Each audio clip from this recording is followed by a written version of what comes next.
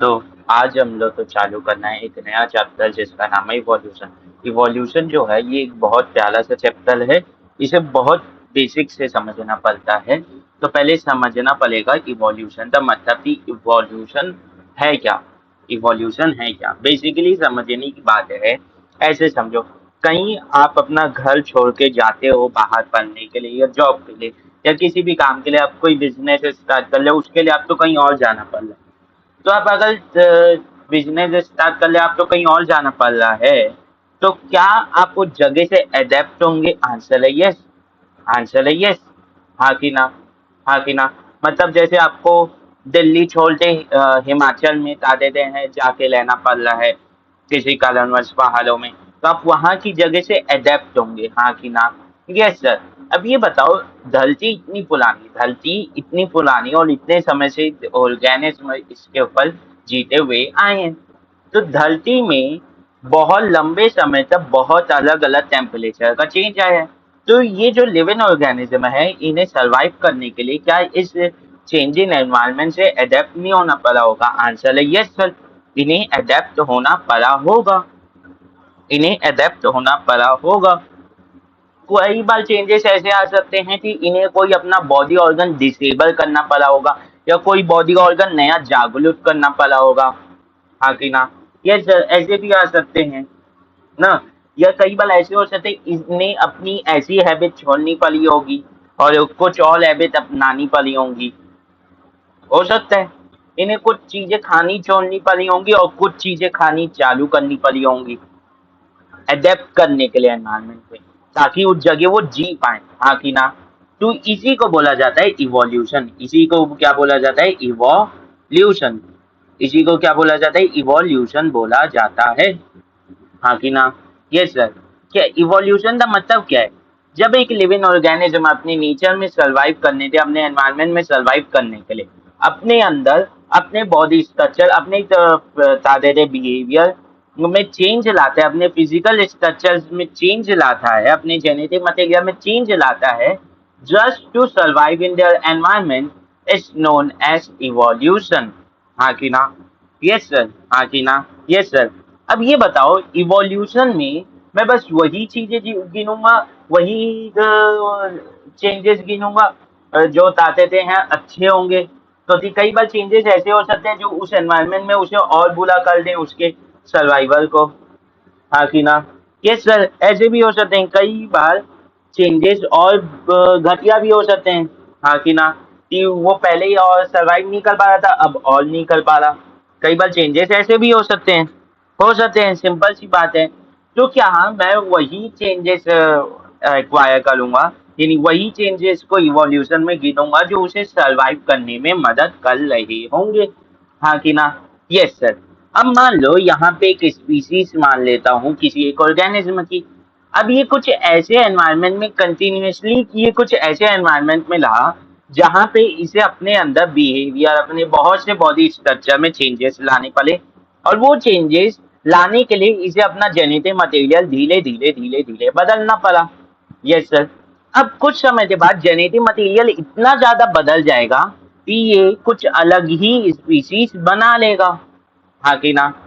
पहले genetic material में थोड़ा थोड़ा चेंजेस आ रहा था, पर अब ये देखा यार इतने से सरवाइव नहीं कर पाऊंगा, अब मुझे अपनी स्पीसीज ही बदलनी पड़ेगी। अब मुझे अपनी स्पीसीज ही बदलनी पड़ेगी। अब मुझे जेनेटिक मटेरियल में और चेंज लाना पड़ेगा। आंसर है यस।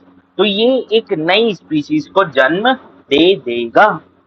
तो क्या ये भी इवोल्यूशन है? आंसर है यस। क्या ये नई स्पीसीज उस एनवायरनमेंट में सरवाइव करेगी? आंसर है यस। समझ में आया? समझ में आई इतनी बात? Yes sir. ठीक है। तो ये ऑर्गेनिज्म सरवाइव करने के लिए अपने में कुछ चेंजेस लाएगा और इसकी स्पीसीज कांस्टेंट रहेगी। ये कुछ चेंज ऐसे लाएगा जिससे कोई नई स्पीसीज बन जाएगी। तो ये बताओ, क्या ये जो चेंजेस ला सकता है, ये वही चेंजेस लाएगा जो जिसकी लाने के यानी जिसे लाने के लिए इसके अंदर कैपेबिलिटी रहेगी? मैं वही चेंजेस अपने अंदर कर सकता हूँ जिन्हें मैं यानी वही चेंजेस मेरे अंदर आएंगे जिन्हें मैं कर सकता हूँ। ऐसा तो है नहीं कि मैं 3 टांगों पे चलने लग जाऊं। मैं बस अपनी स्पीड, चलने की स्पीड, चलने के तरीके को बदल सकता हूँ, हाँ कि ना? 3 टाँगों से नहीं चल सकता, तो मैं तीसरी टाँग उगा नहीं सकता अपनी, हाँ कि ना? यस सर, तो वो मेरी कैपेबिलिटी नहीं है। पर क्या मैं अपने चलने का ढंग बदल सकता हूँ? आंसर है यस, मतलब चलने का ढंग बदलना मेरी कैपेबिलिटी है, इसीलिए मैं वो कर सकता हूँ।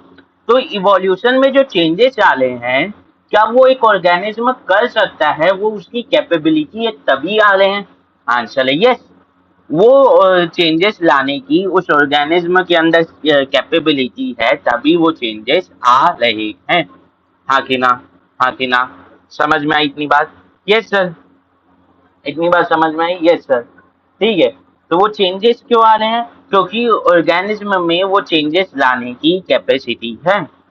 ऑर्गेनिज्म उतना ज्यादा सक्षम है कि वो चेंजेस ला पाए, हाँ कि ना? यस सर, समझ में आई इतनी बात? यस सर, ठीक है। तो क्या हुआ, एक इवोल्यूशन ऐसे नहीं बोल सकता है कि इसकी जो हिडन कैपेबिलिटी है वो सामने आ गई। आंसर है यस, ऐसे बोल सकता हूँ, क्योंकि वो चेंजेस लाया क्यों है? एनवायरमेंट, जिस एनवायरमेंट में चेंज आने की वजह से, सर्वाइव करने की वजह से, उसकी कैपेबिलिटी उसमें थी, और वो कैपेबिलिटी दिखी कब? जब एनवायरनमेंट में चेंज आया। कुछ चेंज एनवायरनमेंट में वो सरवाइव करने के लिए दिखाया। पर क्या अगर वो एनवायरनमेंट चेंज नहीं होता, या जब चेंज नहीं हुआ था, तो ये कैपेबिलिटी उसके अंदर छुपी हुई थी? तो आंसर है यस, ये कैपेबिलिटी उसके अंदर छुपी हुई थी। तो क्या मैं ये बोल सकता हूँ कि इवोल्यूशन में hidden capabilities, hidden possibilities, hidden potential reveal हो जाते हैं, सामने आ जाते हैं, हाँ कि ना? समझ में आया? समझ में आया? Yes sir. आ जाते हैं। अब इवोल्यूशन जो है, जब मैं बायोलॉजी के एस्पेक्ट में लगाऊं, तो वो कहलाती है इवोल्यूशनरी बायोलॉजी। Evolutionary biology. और biology is all about living organism. Biology is all about living organism, हाँ कि ना? तो जब मैं लिविंग ऑर्गेनिज्म में आने वाली इवोल्यूशन तो पढ़ता हूँ, तो उसे बोला जाता है इवोल्यूशनरी बायोलॉजी। उसे क्या बोला जाता है? Evolutionary biology. उसे क्या बोला जाता है? इवोल्यूशनरी बायोलॉजी, हाँ कि ना? यस सर, इतनी बात समझ में आई? यस सर, उसे क्या बोला जाता है? Evolutionary biology. यस सर, ठीक है। अब आगे बढ़ते हैं। अब अगर मैं आगे बढ़ता हूँ थोड़ा सा, अब मैं थोड़ा सा आगे बढ़ता हूँ, तो जो ये टर्म बायोलॉजी है, ये किस में दिखेगी? क्या ये एक लिविंग ऑर्गेनिज्म में दिखेगी? यानी हम लोग ने ऑर्गेनिज्म एंड पॉपुलेशन वाला चैप्टर पढ़ लिया है। ये सर हम लोग ने पढ़ लिया है, हाँ कि ना? ये सर हम लोग ने पढ़ लिया है। तो अब ऑर्गेनिज्म एंड पॉपुलेशन वाले चैप्टर में हम लोग बायोलॉजिकल हायरार्की पढ़ते हैं, जिसमें हम लोग पढ़ते हैं ऑर्गेनिज्म, हाँ कि ना? और क्या बोलते हैं? ऑर्गेनिज्म के बाद बनती है पॉपुलेशन, पॉपुलेशन के बाद बनती है आपकी कम्युनिटी, कम्युनिटी के बाद आपकी बनती है, क्या बनती है? बताओ, क्या बनती है? ऑर्गेनिज्म, पॉपुलेशन, फिर कम्युनिटी, फिर क्या बनती है आपकी? इकोसिस्टम, हाँ कि ना? इकोसिस्टम, फिर क्या बनता है? लैंडस्केप बनता है, फिर क्या बनता है? बायोम, फिर क्या बनता है? स्फीयर, हाँ कि ना? यही तो हमारी बायोलॉजिकल हायरार्की है। यही तो हमारी बायोलॉजिकल हायरार्की है, हाँ कि ना? Yes sir. अब बोलोगे सर मैक्रोमोलिक्यूल से चालू क्यों नहीं किए? तो हम लोग बायोलॉजिकल हायरार्की की बात कर रहे हैं, अभी वो मॉलिक्यूलर हायरार्की की बात नहीं कर रहे हैं, ठीक है? समझ में आया? तो ये बताओ, आपको इवोल्यूशन होते किस में दिखेगा? क्या एक ऑर्गेनिज्म में दिखेगा? आंसर है नहीं। क्यों नहीं दिखेगा सर एक ऑर्गेनिज्म में? तो देखिए, एक ऑर्गेनिज्म का टाइम स्पेन जो है वो लिमिटेड है। एक ऑर्गेनिज्म का टाइम स्पेन जो है वो लिमिटेड है। तो उस जगह में वो अपने अंदर चेंजेस तो लाया, पर क्या वो पूरी तरीके से चेंजेस ला पाया थी? नई स्पीसीज बन गए, नया इवोल्यूशन आ जाए? नहीं, ये over the period of generation आते हैं, हाँ कि ना? Yes sir. तो ये किस में दिखना चाहिए? उस जगह, उस ऑर्गेनिज्म की स्पीसीज में। और एक जगह एक ऑर्गेनिज्म की स्पीसीज को क्या बोला जाता है? पॉपुलेशन ऑफ दैट स्पीसीज और दैट ऑर्गेनिज्म, हाँ कि ना? हाँ कि ना? समझ में आया? population of that area, population of that organism in a specific area is called as the population of that organism. हाँ कि ना? हाँ कि ना? यानी उस एरिया में, एक स्पेसिफिक एरिया में उस ऑर्गेनिज्म के कितने वो हैं, नंबर ऑफ इंडिविजुअल्स उस स्पीशीज में कहा देते कहलाते हैं उस ऑर्गेनिज्म या उस स्पीशीज के पॉपुलेशन उस एरिया में। तो यूनिट ऑफ इवोल्यूशन क्या होगा थी जिसमें इवोल्यूशन दिखे? तो यूनिट ऑफ इवोल्यूशन क्या हो जाएगा? यूनिट ऑफ इवोल्यूशन क्या हो जाएगा? यूनिट ऑफ इवोल्यूशन क्या हो जाएगा? सिंपल सा आंसर है सर, यूनिट ऑफ इवोल्यूशन हो जाएगा आपका, क्या हो गया यार, यूनिट ऑफ इवोल्यूशन हो जाएगा आपका पॉपुलेशन। क्या हो जाएगा आपका? पॉपुलेशन। हाँ कि ना? क्या एक ऑर्गेनिज्म में यूनिट ऑफ इवोल्यूशन होगा? आंसर है नहीं। समझ में आया? Yes sir, unit of evolution हमेशा क्या रहेगा? पॉपुलेशन। अब ये जो इवोल्यूशन टर्म है ये किसके द्वारा दी गई है? तो ये टर्म्ड बाय किसके द्वारा दी गई है? किसके द्वारा दी गई है? किसे दिया था? आपके हलबर्ट अंकल ने, हलबर्ट स्पेंसर ने। इसे किसने किसे दिया था? किसने किसे दिया था? अल्बर्ट स्पेंसर ने बायोलॉजी को ये टर्म दिया था। ठीक है, हाँ कि ना? समझ में आया? समझ में आया? तो इवोल्यूशन है क्या? इवोल्यूशन है तो मैं इंग्लिश में कैसे डिटरमाइन करूंगा? इसे डिटरमाइन करूंगा टू अनफोल्ड और कैसे डिटरमाइन करूंगा? To unfold the hidden possibilities और the hidden potential of an organism is called as evolution. हाँ कि ना? यस सर, हाँ कि ना? समझ में आया? समझ में है? या टू अनफोल्ड और to reveal hidden potentials of an organism is called as population, यानी is called as evolution, and unit of evolution is a population. समझ में आया? ठीक है। अब इवोल्यूशनली बायोलॉजी क्या होती है ये समझने की बात है। इवोल्यूशनली बायोलॉजी होती है जब हम लोग इवोल्यूशन तो बायोलॉजी में स्टडी करते हैं, तो ये बायोलॉजी की एक ब्रांच है। ये ब्रांच ऑफ बायोलॉजी है जो डील्स करती है, जो डील करती है study of evolution living organism में। हाँ कि ना?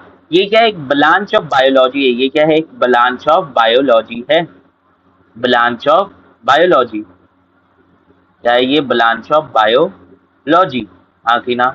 यस सर, ये ब्रांच ऑफ क्या है? बायोलॉजी, जो क्या करती है? डील करती है। जो क्या करती है? डील करती है, मतलब deal with, which deals with, अरे यार,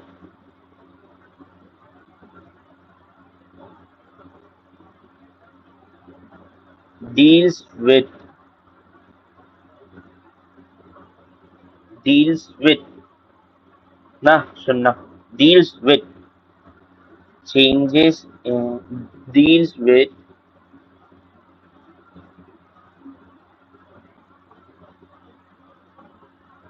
study of,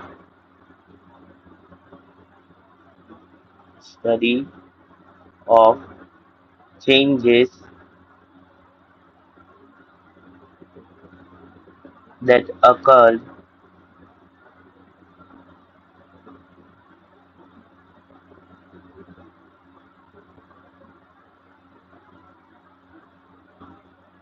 in different life forms, in different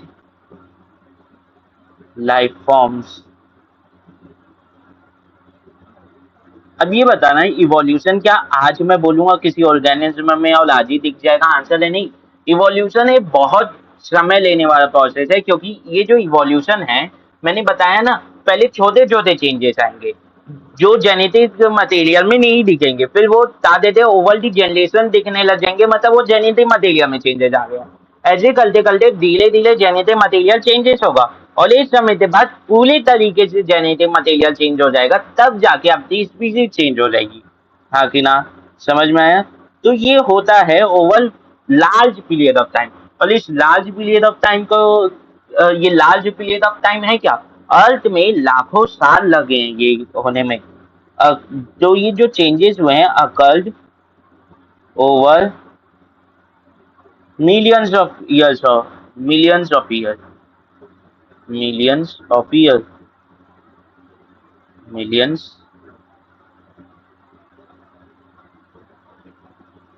of years. हाँ कि ना? Yes sir. हाँ कि ना? Yes sir. समझ में आया? समझ में आई इतनी बात? तो it is the study of history of life form. सुनना, इसे और किस तरीके से फ्रेम किया जा सकता है कि it is the study of history of life forms, that is the changes in flora and fauna that have occurred over millions of years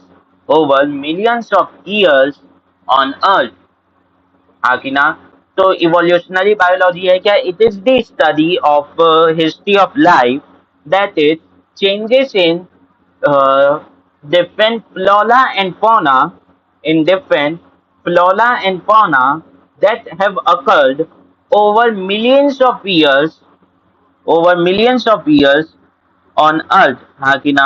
इसी तो मैं सिंप्लीफाई करके ऐसे लिख दिया हूँ कि branch of biology that deals with the study of changes that occurred in different life forms over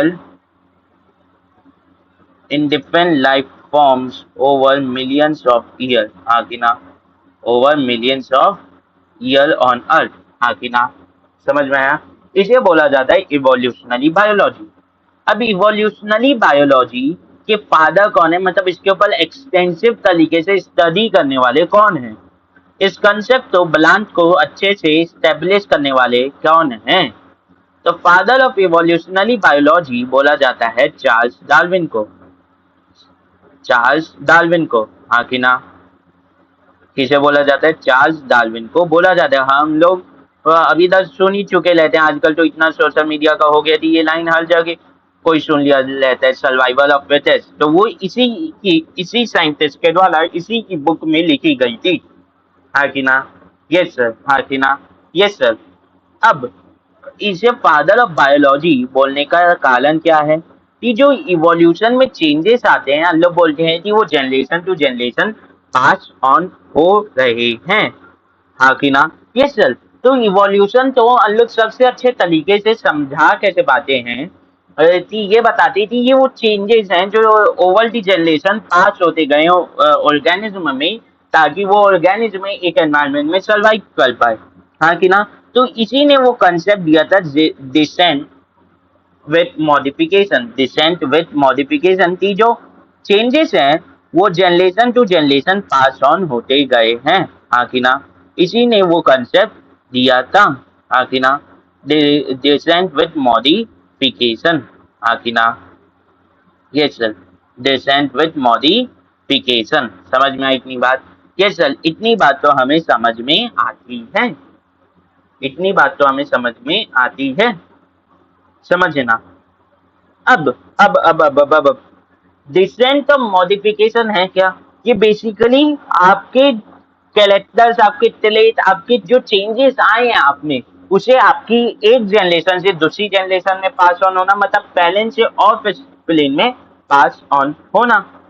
हाँ कि ना? Yes sir. और ये जो है, ये जो चीज है, ये बहुत इंपॉर्टेंट चीज है, क्योंकि डार्विन ने जो इवोल्यूशन को स्टडी किया था और ऑब्जर्व करके एक्सप्लेन किया था, उसमें एक चीज का बहुत बड़ा हाथ था। ये बहुत ही इम्पोर्टेंट कंसेप्ट बन गया था डार्विन के लिए इवोल्यूशन तो स्टडी करने के लिए, और अभी भी लोग जो हैं वो इसी से इवोल्यूशन तो बहुत अच्छे तरीके से समझ पाते हैं।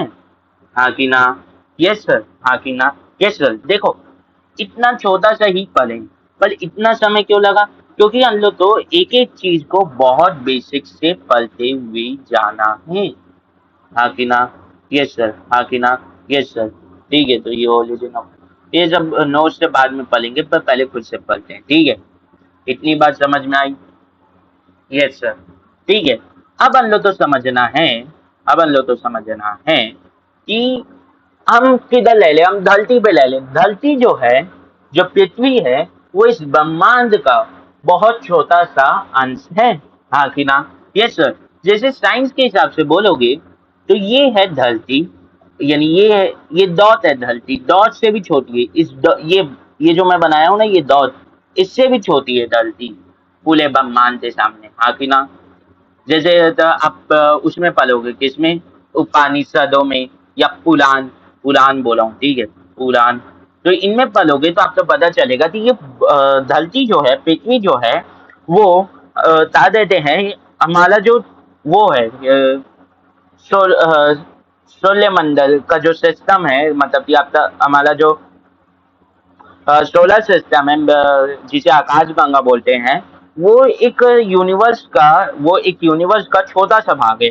और ऐसे बहुत से यूनिवर्स समाये हुए हैं किसमें, विष्णु जी में, हाँ कि ना? Yes sir. मतलब हमारा जो तारे हैं, यूनिवर्स के सामने धरती बहुत छोटी सी है, और धरती के सामने हम इतने छोटे से हैं, मतलब हम जो हैं वो तारे धूल के बराबर भी नहीं हैं, हाँ कि ना? Yes sir. ठीक है। तो हम लोग तो शुरुआत से जाना पड़ेगा जब यूनिवर्स क्रिएट हुआ, हाँ कि ना? Yes sir. तो वेस्टर्न साइंस के हिसाब से यूनिवर्स कैसे क्रिएट हुआ, इसे एक्सप्लेन करने के लिए उन लोग यूज करते हैं बिग बैंग थ्योरी। उसे एक्सप्लेन करने के लिए इन लोग यूज करते हैं बिग बैंग थ्योरी, हाँ कि ना? हाँ कि ना? समझ में आया? उसे एक्सप्लेन करने के लिए इन लोग क्या यूज करते हैं, बिग बैंग थ्योरी, हाँ कि ना? Yes sir. तो समझो, पहली बात, यूनिवर्स है क्या, ये ब्रह्मांड है क्या?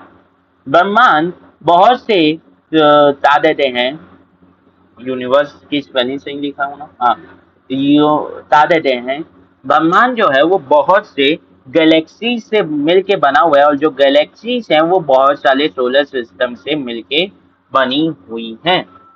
तो ये बता देते हैं ये जो मैनी गैलेक्सी से मिलके बना हुआ है। तो आप ब्रह्मांड को, जो वेस्टर्न साइंस है, वो ब्रह्मांड तो एक ह्यूज क्लस्टर ऑफ गैलेक्सीज के फॉर्म में, ह्यूज क्लस्टर ऑफ गैलेक्सीज के फॉर्म में एक्सप्लेन करती है। और गैलेक्सी तो ये बहुत सारे सोलर सिस्टम से मिलके बनी हुई एक्सप्लेन करती है, हाँ कि ना? Yes sir. हाँ कि ना? Yes sir. समझ में आया? Yes sir. समझ में आया? Yes sir. ठीक है, आगे बढ़ते हैं। अब हमारी जो गैलेक्सी है वो क्या है, वो है, हमारी गैलेक्सी कौन सी है बताओ, हमारी गैलेक्सी कौन सी है? तो सोचो, हमारी गैलेक्सी कौन सी है, थोड़ा सा दिमाग लगाओ, तुरंत आंसर मिलेगा। हमारी गैलेक्सी कौन सी है? तो सोचो सोचो सोचो, आंसर क्या है? मैं अभी नाम बताया था यार, आकाशगंगा, मिल्की वे, हाँ कि ना? मिल्की वे, हाँ कि ना? यस सर, मिल्की वे। यार थोड़ा सा तो ध्यान रखो, ये जो हमारी गैलेक्सी है उसका नाम क्या है, आकाशगंगा, या इंग्लिश में बोल सकते हो मिल्की वे, हाँ कि ना? Yes sir. अब बता देते हैं आकाशगंगा जो का जिक्र हमारे उपनिषदों और हमारी जो टेक्स्ट बुक है, बता देते हिंदुओं में, उनमें भी दी गई है थी। जैसे बता देते हैं, बोलते हैं कि जो गंगा माता है वो गंगोत्री में आई कैसे, गंगोत्री से ओरिजिन माना जाता है गंगा माता का। तो वो आई कैसे, क्या हुआ कि गंगा माता किसी और गैलेक्सी में थी और वहां से लाया गया धरती पे। तो धरती पे इतना प्रेशर नहीं झेल पाती धरती, तो इसीलिए पहले गंगा माता को शिव जी ने अपने बता देते हैं सर पे धारण किया, हाँ कि ना? Yes sir. ठीक है, अपनी जटाओं में धारण किया, और फिर वहां से बता देते हैं धरती में गंगोत्री से ओरिजिन होता है। तो ये जो हमारी गैलेक्सी है मिल्की वे, या बता देते आप बोल सकते हो आकाशगंगा, ये भी बहुत सारे सोलर सिस्टम से मिलके बनी हुई है। ये भी बहुत सारे सोलर सिस्टम से मिलके बनी हुई है। अब सोलर सिस्टम किससे मिलके बने हुए? सोलर सिस्टम बहुत सारे तारों, बहुत सारे प्लैनेट्स, बहुत सारे बता देते हैं गैसेस, दस, ये सब से मिलके बनी हुई हैं। क्या होता है, एक स्टार रहता है और उसके अलावा बहुत से प्लैनेट घूम रहे रहते हैं। तो हमारा जो सोलर सिस्टम है, सूर्य मंडल बता देते हैं, उसमें बीच में सूर्य देव है और उसके आसपास सभी ग्रह घूम रहे हैं। मर्क्यूरी, वीनस, अर्थ, ठीक है, फिर मार्स, फिर आते थे जुपिटर, ऐसे करते हुए 8 ग्रह घूम रहे हैं। 9वां ग्रह कौन सा? प्लूटो। अब उसे मॉडर्न साइंस प्लेनेट नहीं मानती। तो गैलेक्सी जो है वो मिलके किससे बनी हुई है? उसमें तारे भी हैं, 10 भी हैं, डस्ट भी, गैस भी है, डस्ट भी है, आपके प्लैनेट्स भी हैं, हाँ कि ना? Yes sir. और प्लैनेट्स और स्टार मिलके क्या बना लें? Solar system. प्लैनेट और स्टार मिलके क्या बना लें? Solar system. तो सोलर सिस्टम क्या होता है? बीच में एक स्टार होता है, बीच में क्या होता है? एक स्टार होता है, हाँ कि ना? जैसे हमारे सूर्य देव हैं, और उसके आसपास बहुत से प्लैनेट जो हैं वो घूम रहे रहते हैं, हाँ कि ना? जैसे हमारी पृथ्वी है, हाँ कि ना? Yes sir. हाँ कि ना? यस सर, समझ में आई इतनी बात? यस सर, हमें इतनी बात समझ में आनी चाहिए। अब बहुत से ऐसे तारे भी हो सकते हैं जिनके आसपास कोई तो वो नहीं घूम रहे हैं प्लेनेट। बहुत से ऐसे तारे हो सकते हैं जिनके पास बहुत ज्यादा प्लेनेट घूम रहे हैं, जिनके पास एक ही प्लेनेट घूम रहे हैं।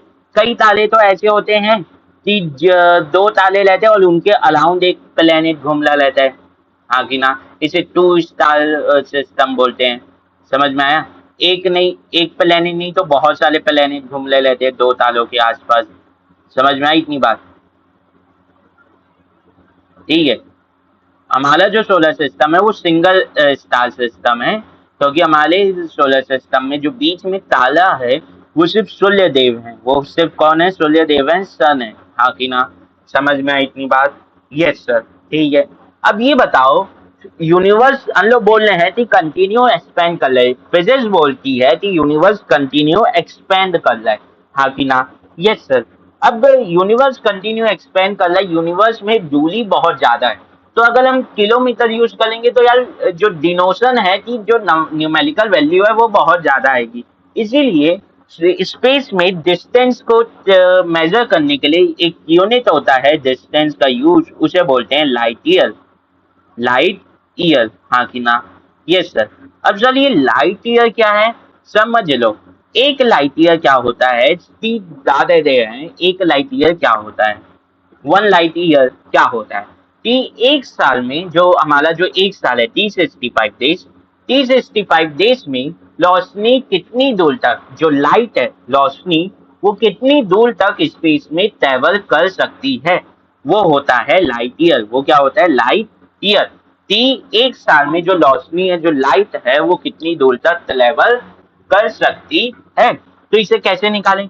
अब एक तो वो ले लो, क्या, आ, अरे यार, ब्लैक पेन क्यों? हाँ चलो यार, ये चलेगा। ठीक है। अब वो ले लो, मतलब कि लाइट की स्पीड कितनी है? लाइट की स्पीड है 3 × 10⁻⁸मीटर पर सेकेंड। 3 × 10⁻⁸मीटर पर सेकेंड। तो पहले इसमें मल्टीप्लाई कर लो 60 पर सेकेंड, फिर 60 मल्टीप्लाई कर लो फॉर क्या देते हैं आपका 1 घंटे का, फिर 24 घंटे मल्टीप्लाई कर लो 1 दिन के, फिर आप मल्टीप्लाई कर दो 365 डेज। अब इसे आप कैलकुलेट करोगे तो जो लाइट है उसे ट्रेवल करने के लिए कई बार तो कुछ चीजों के बीच में इतनी दूरियां रहती हैं कि लाइट जो है वो लाखों सालों तक ट्रेवल करे तब भी वो डिस्टेंस कवर नहीं कर पाती। तो अब अगर सोच के देखो कि अगर आपको यहाँ पे इसके बाद लाख गुना और नंबर मल्टीप्लाई करने लग जाए, मल्टीप्लाई करना पड़ जाए, तो आपका ये जो मीटर में डिनोशन आएगा ये कितना अजीब आएगा न्यूमेरिकल वैल्यू। इसीलिए लाइट ईयर यूज किया जाता है। तो इसकी वैल्यू 1 लाइट ईयर मान ली जाती है। इसकी वैल्यू क्या मान ली जाती है? 1 लाइट ईयर। इसकी वैल्यू क्या मान ली जाती है? 1 लाइट ईयर, हाँ कि ना? Yes sir. इसकी वैल्यू क्या मान ली जाती है? 1 लाइट ईयर। समझ में आई इतनी बात? यस सर, इतनी बात हमें समझ में आती है। समझ में आई? लाइट ईयर क्या होता है, स्टेलर और जो स्पेस की डिस्टेंस जो वो है डिस्टेंस, उसे लिखा जाता है स्टीलर डिस्टेंस के फॉर्म में, हाँ कि ना?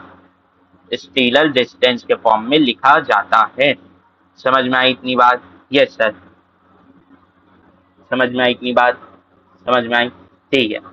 अब अगर मैं बोलूं कि बता देते हैं एक लाइट ईयर होते कितना है, तो इसे बता देता हूँ। ये होता है आपका, इसे मल्टीप्लाई करोगे तो आपका आएगा 9.64, हाँ 9.64, 9.64 into 10 to the power 12 kilometre, 9.64 into 10 to the power 12 kilometre. हाँ कि ना? ये सर, हाँ कि ना? ये सर, समझ में आया? सर ठीक है। तो हम लोग को आज पढ़ना है origin of universe and earth. Origin of universe and earth. तो बेसिकली बात समझो कि ओरिजिन ऑफ यूनिवर्स, हम इस ब्रह्मांड में, हम इस यूनिवर्स में बहुत छोटे से दिन थे। हाँ कि ना? और हाँ कि ना? ये सर, हम बहुत छोटे से हैं। मतलब वो रेत की जो धूल रहती है उसके समान भी नहीं हम लोग इस यूनिवर्स के सामने, इस ब्रह्मांड के सामने। हाँ कि ना? तो बहुत सी थ्योरी है, सनातन धर्म में बहुत सी थ्योरी है, या दूसरे जो रिलीजन है उनमें थ्योरीज हैं, या कहते थे जो मॉडर्न साइंस है उनमें थ्योरीज हैं। तो बहुत सी थ्योरीज हैं। हमारे उपनिषदों, हमारे पुराण, PURAN, पुराण में इतनी सारी लिखी हुई है। हाँ कि ना? हमारे वेदों में इतनी सारी थ्योरीज लिखी हुई है। थ्योरी नहीं मतलब कि थ्योरी है उसी का बता देते हैं, एक्सप्लेनेशन लिखा हुआ है। हाँ कि ना? Yes sir. तो मॉडर्न साइंस के हिसाब से भी बहुत सारी थ्योरी दी गई है। तो सबसे फेवरेट थ्योरी जो मॉडर्न साइंस की है वो है बिग बैंग थ्योरी। वो क्या है? Big bang theory. वो क्या है? Big bang theory. हाँ कि ना? क्या है? Big bang theory. अब ये बिग बैंग थ्योरी होता क्या है उसमें समझने से पहले ये समझो कि ये दी किसने दी। ये एक साइंटिस्ट ने दी थी जिसका नाम था एबे लेमातले।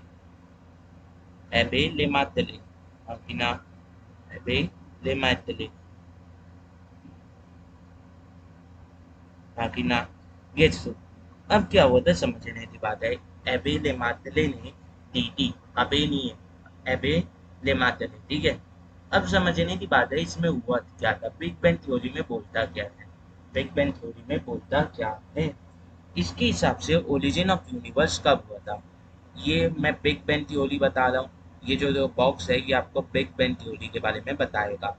क्या बताएगा? ये आपको बिग बैंग थ्योरी के हिसाब से के बारे में ये आपको बताएगा। ये किसके बारे में बताएगा? आप तो बिग बैंग थ्योरी के बारे में बताएगा। इसके हिसाब से यूनिवर्स का ओरिजिन कब हुआ था। अब यहाँ पे एक थोड़ा सा ग्लिच है, मतलब यहाँ पे एक थोड़ा सा कैच है कि आपको समझने की बात है। पहले लिखती थी एनसीईआरटी थी 20 बिलियन ईयर्स अगो, पर अब लिखती है 13.5 बिलियन ईयर अगो। हाँ कि ना? Yes sir. अब क्या लिखती है? 13.5 बिलियन ईयर अगो। हाँ कि ना? Yes sir. अब क्या लिखती है? 13.5 बिलियन ईयर अगो यूनिवर्स का ओरिजिन हुआ था। 13.5 बिलियन ईयर अगो हुआ क्या था। असल में क्या होता है कि जब भी हम किसी भी चीज़ का देखते हैं तो हम देखते हैं समय के अनुसार किसी भी चीज़ में चेंजेस देते हैं। इवोल्यूशन है क्या, जो एक लंबे समय में चेंजेस आ जा रहा है जिसके कारण नई स्पीशीज भी बन जा रही है, या पुरानी स्पीशीज में ही बहुत भयंकर से चेंज आ जा रहे हैं बस अपनी एनवायरनमेंट में सरवाइव करने के नाम से। तो जब भी हम चेंज को देख रहे हैं तो हम किस लूप में देख रहे हैं? हम समय के अनुकूल देख रहे हैं, समय के रिस्पेक्ट में देख रहे हैं। हाँ कि ना? तो ये समय है क्या? समय, टाइम, इसे मॉडर्न साइंस कहीं पे भी डिफाइन नहीं कर पाती। हाँ, सनातन धर्म के जो वेद हैं उनमें दिया हुआ है, जब आप पढ़ेंगे उन्हें बहुत डीप स्टडी चाहिए आपको मिलेगा। पर क्या मॉडर्न साइंस उसे एक्सप्लेन कर पा लिया? आंसर है नहीं।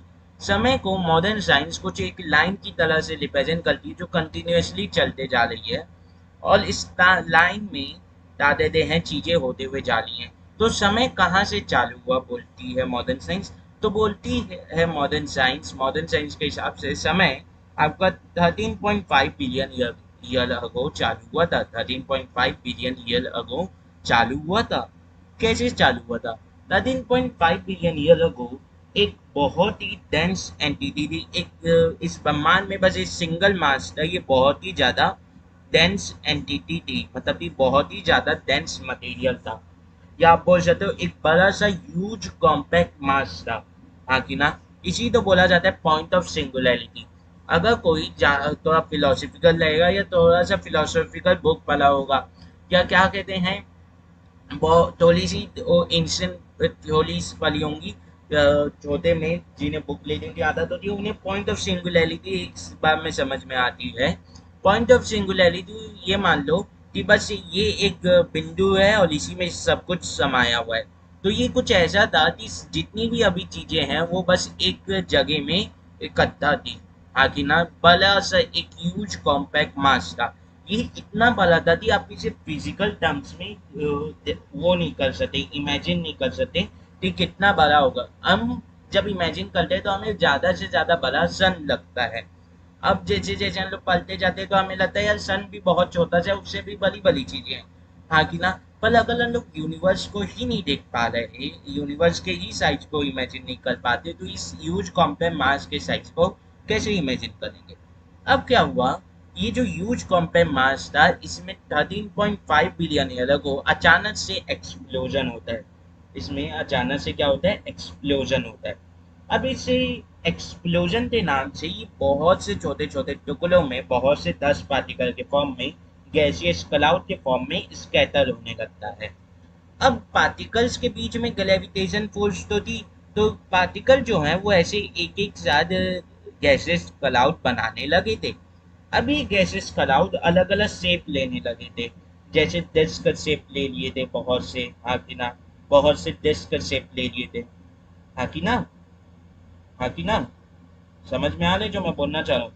ये सब क्या बनाने लगे थे, ये ऐसे अलग अलग क्लाउड गैसियस क्लाउड के फॉर्म में इकट्ठा होने लगे थे। क्यों? Due to gravitation.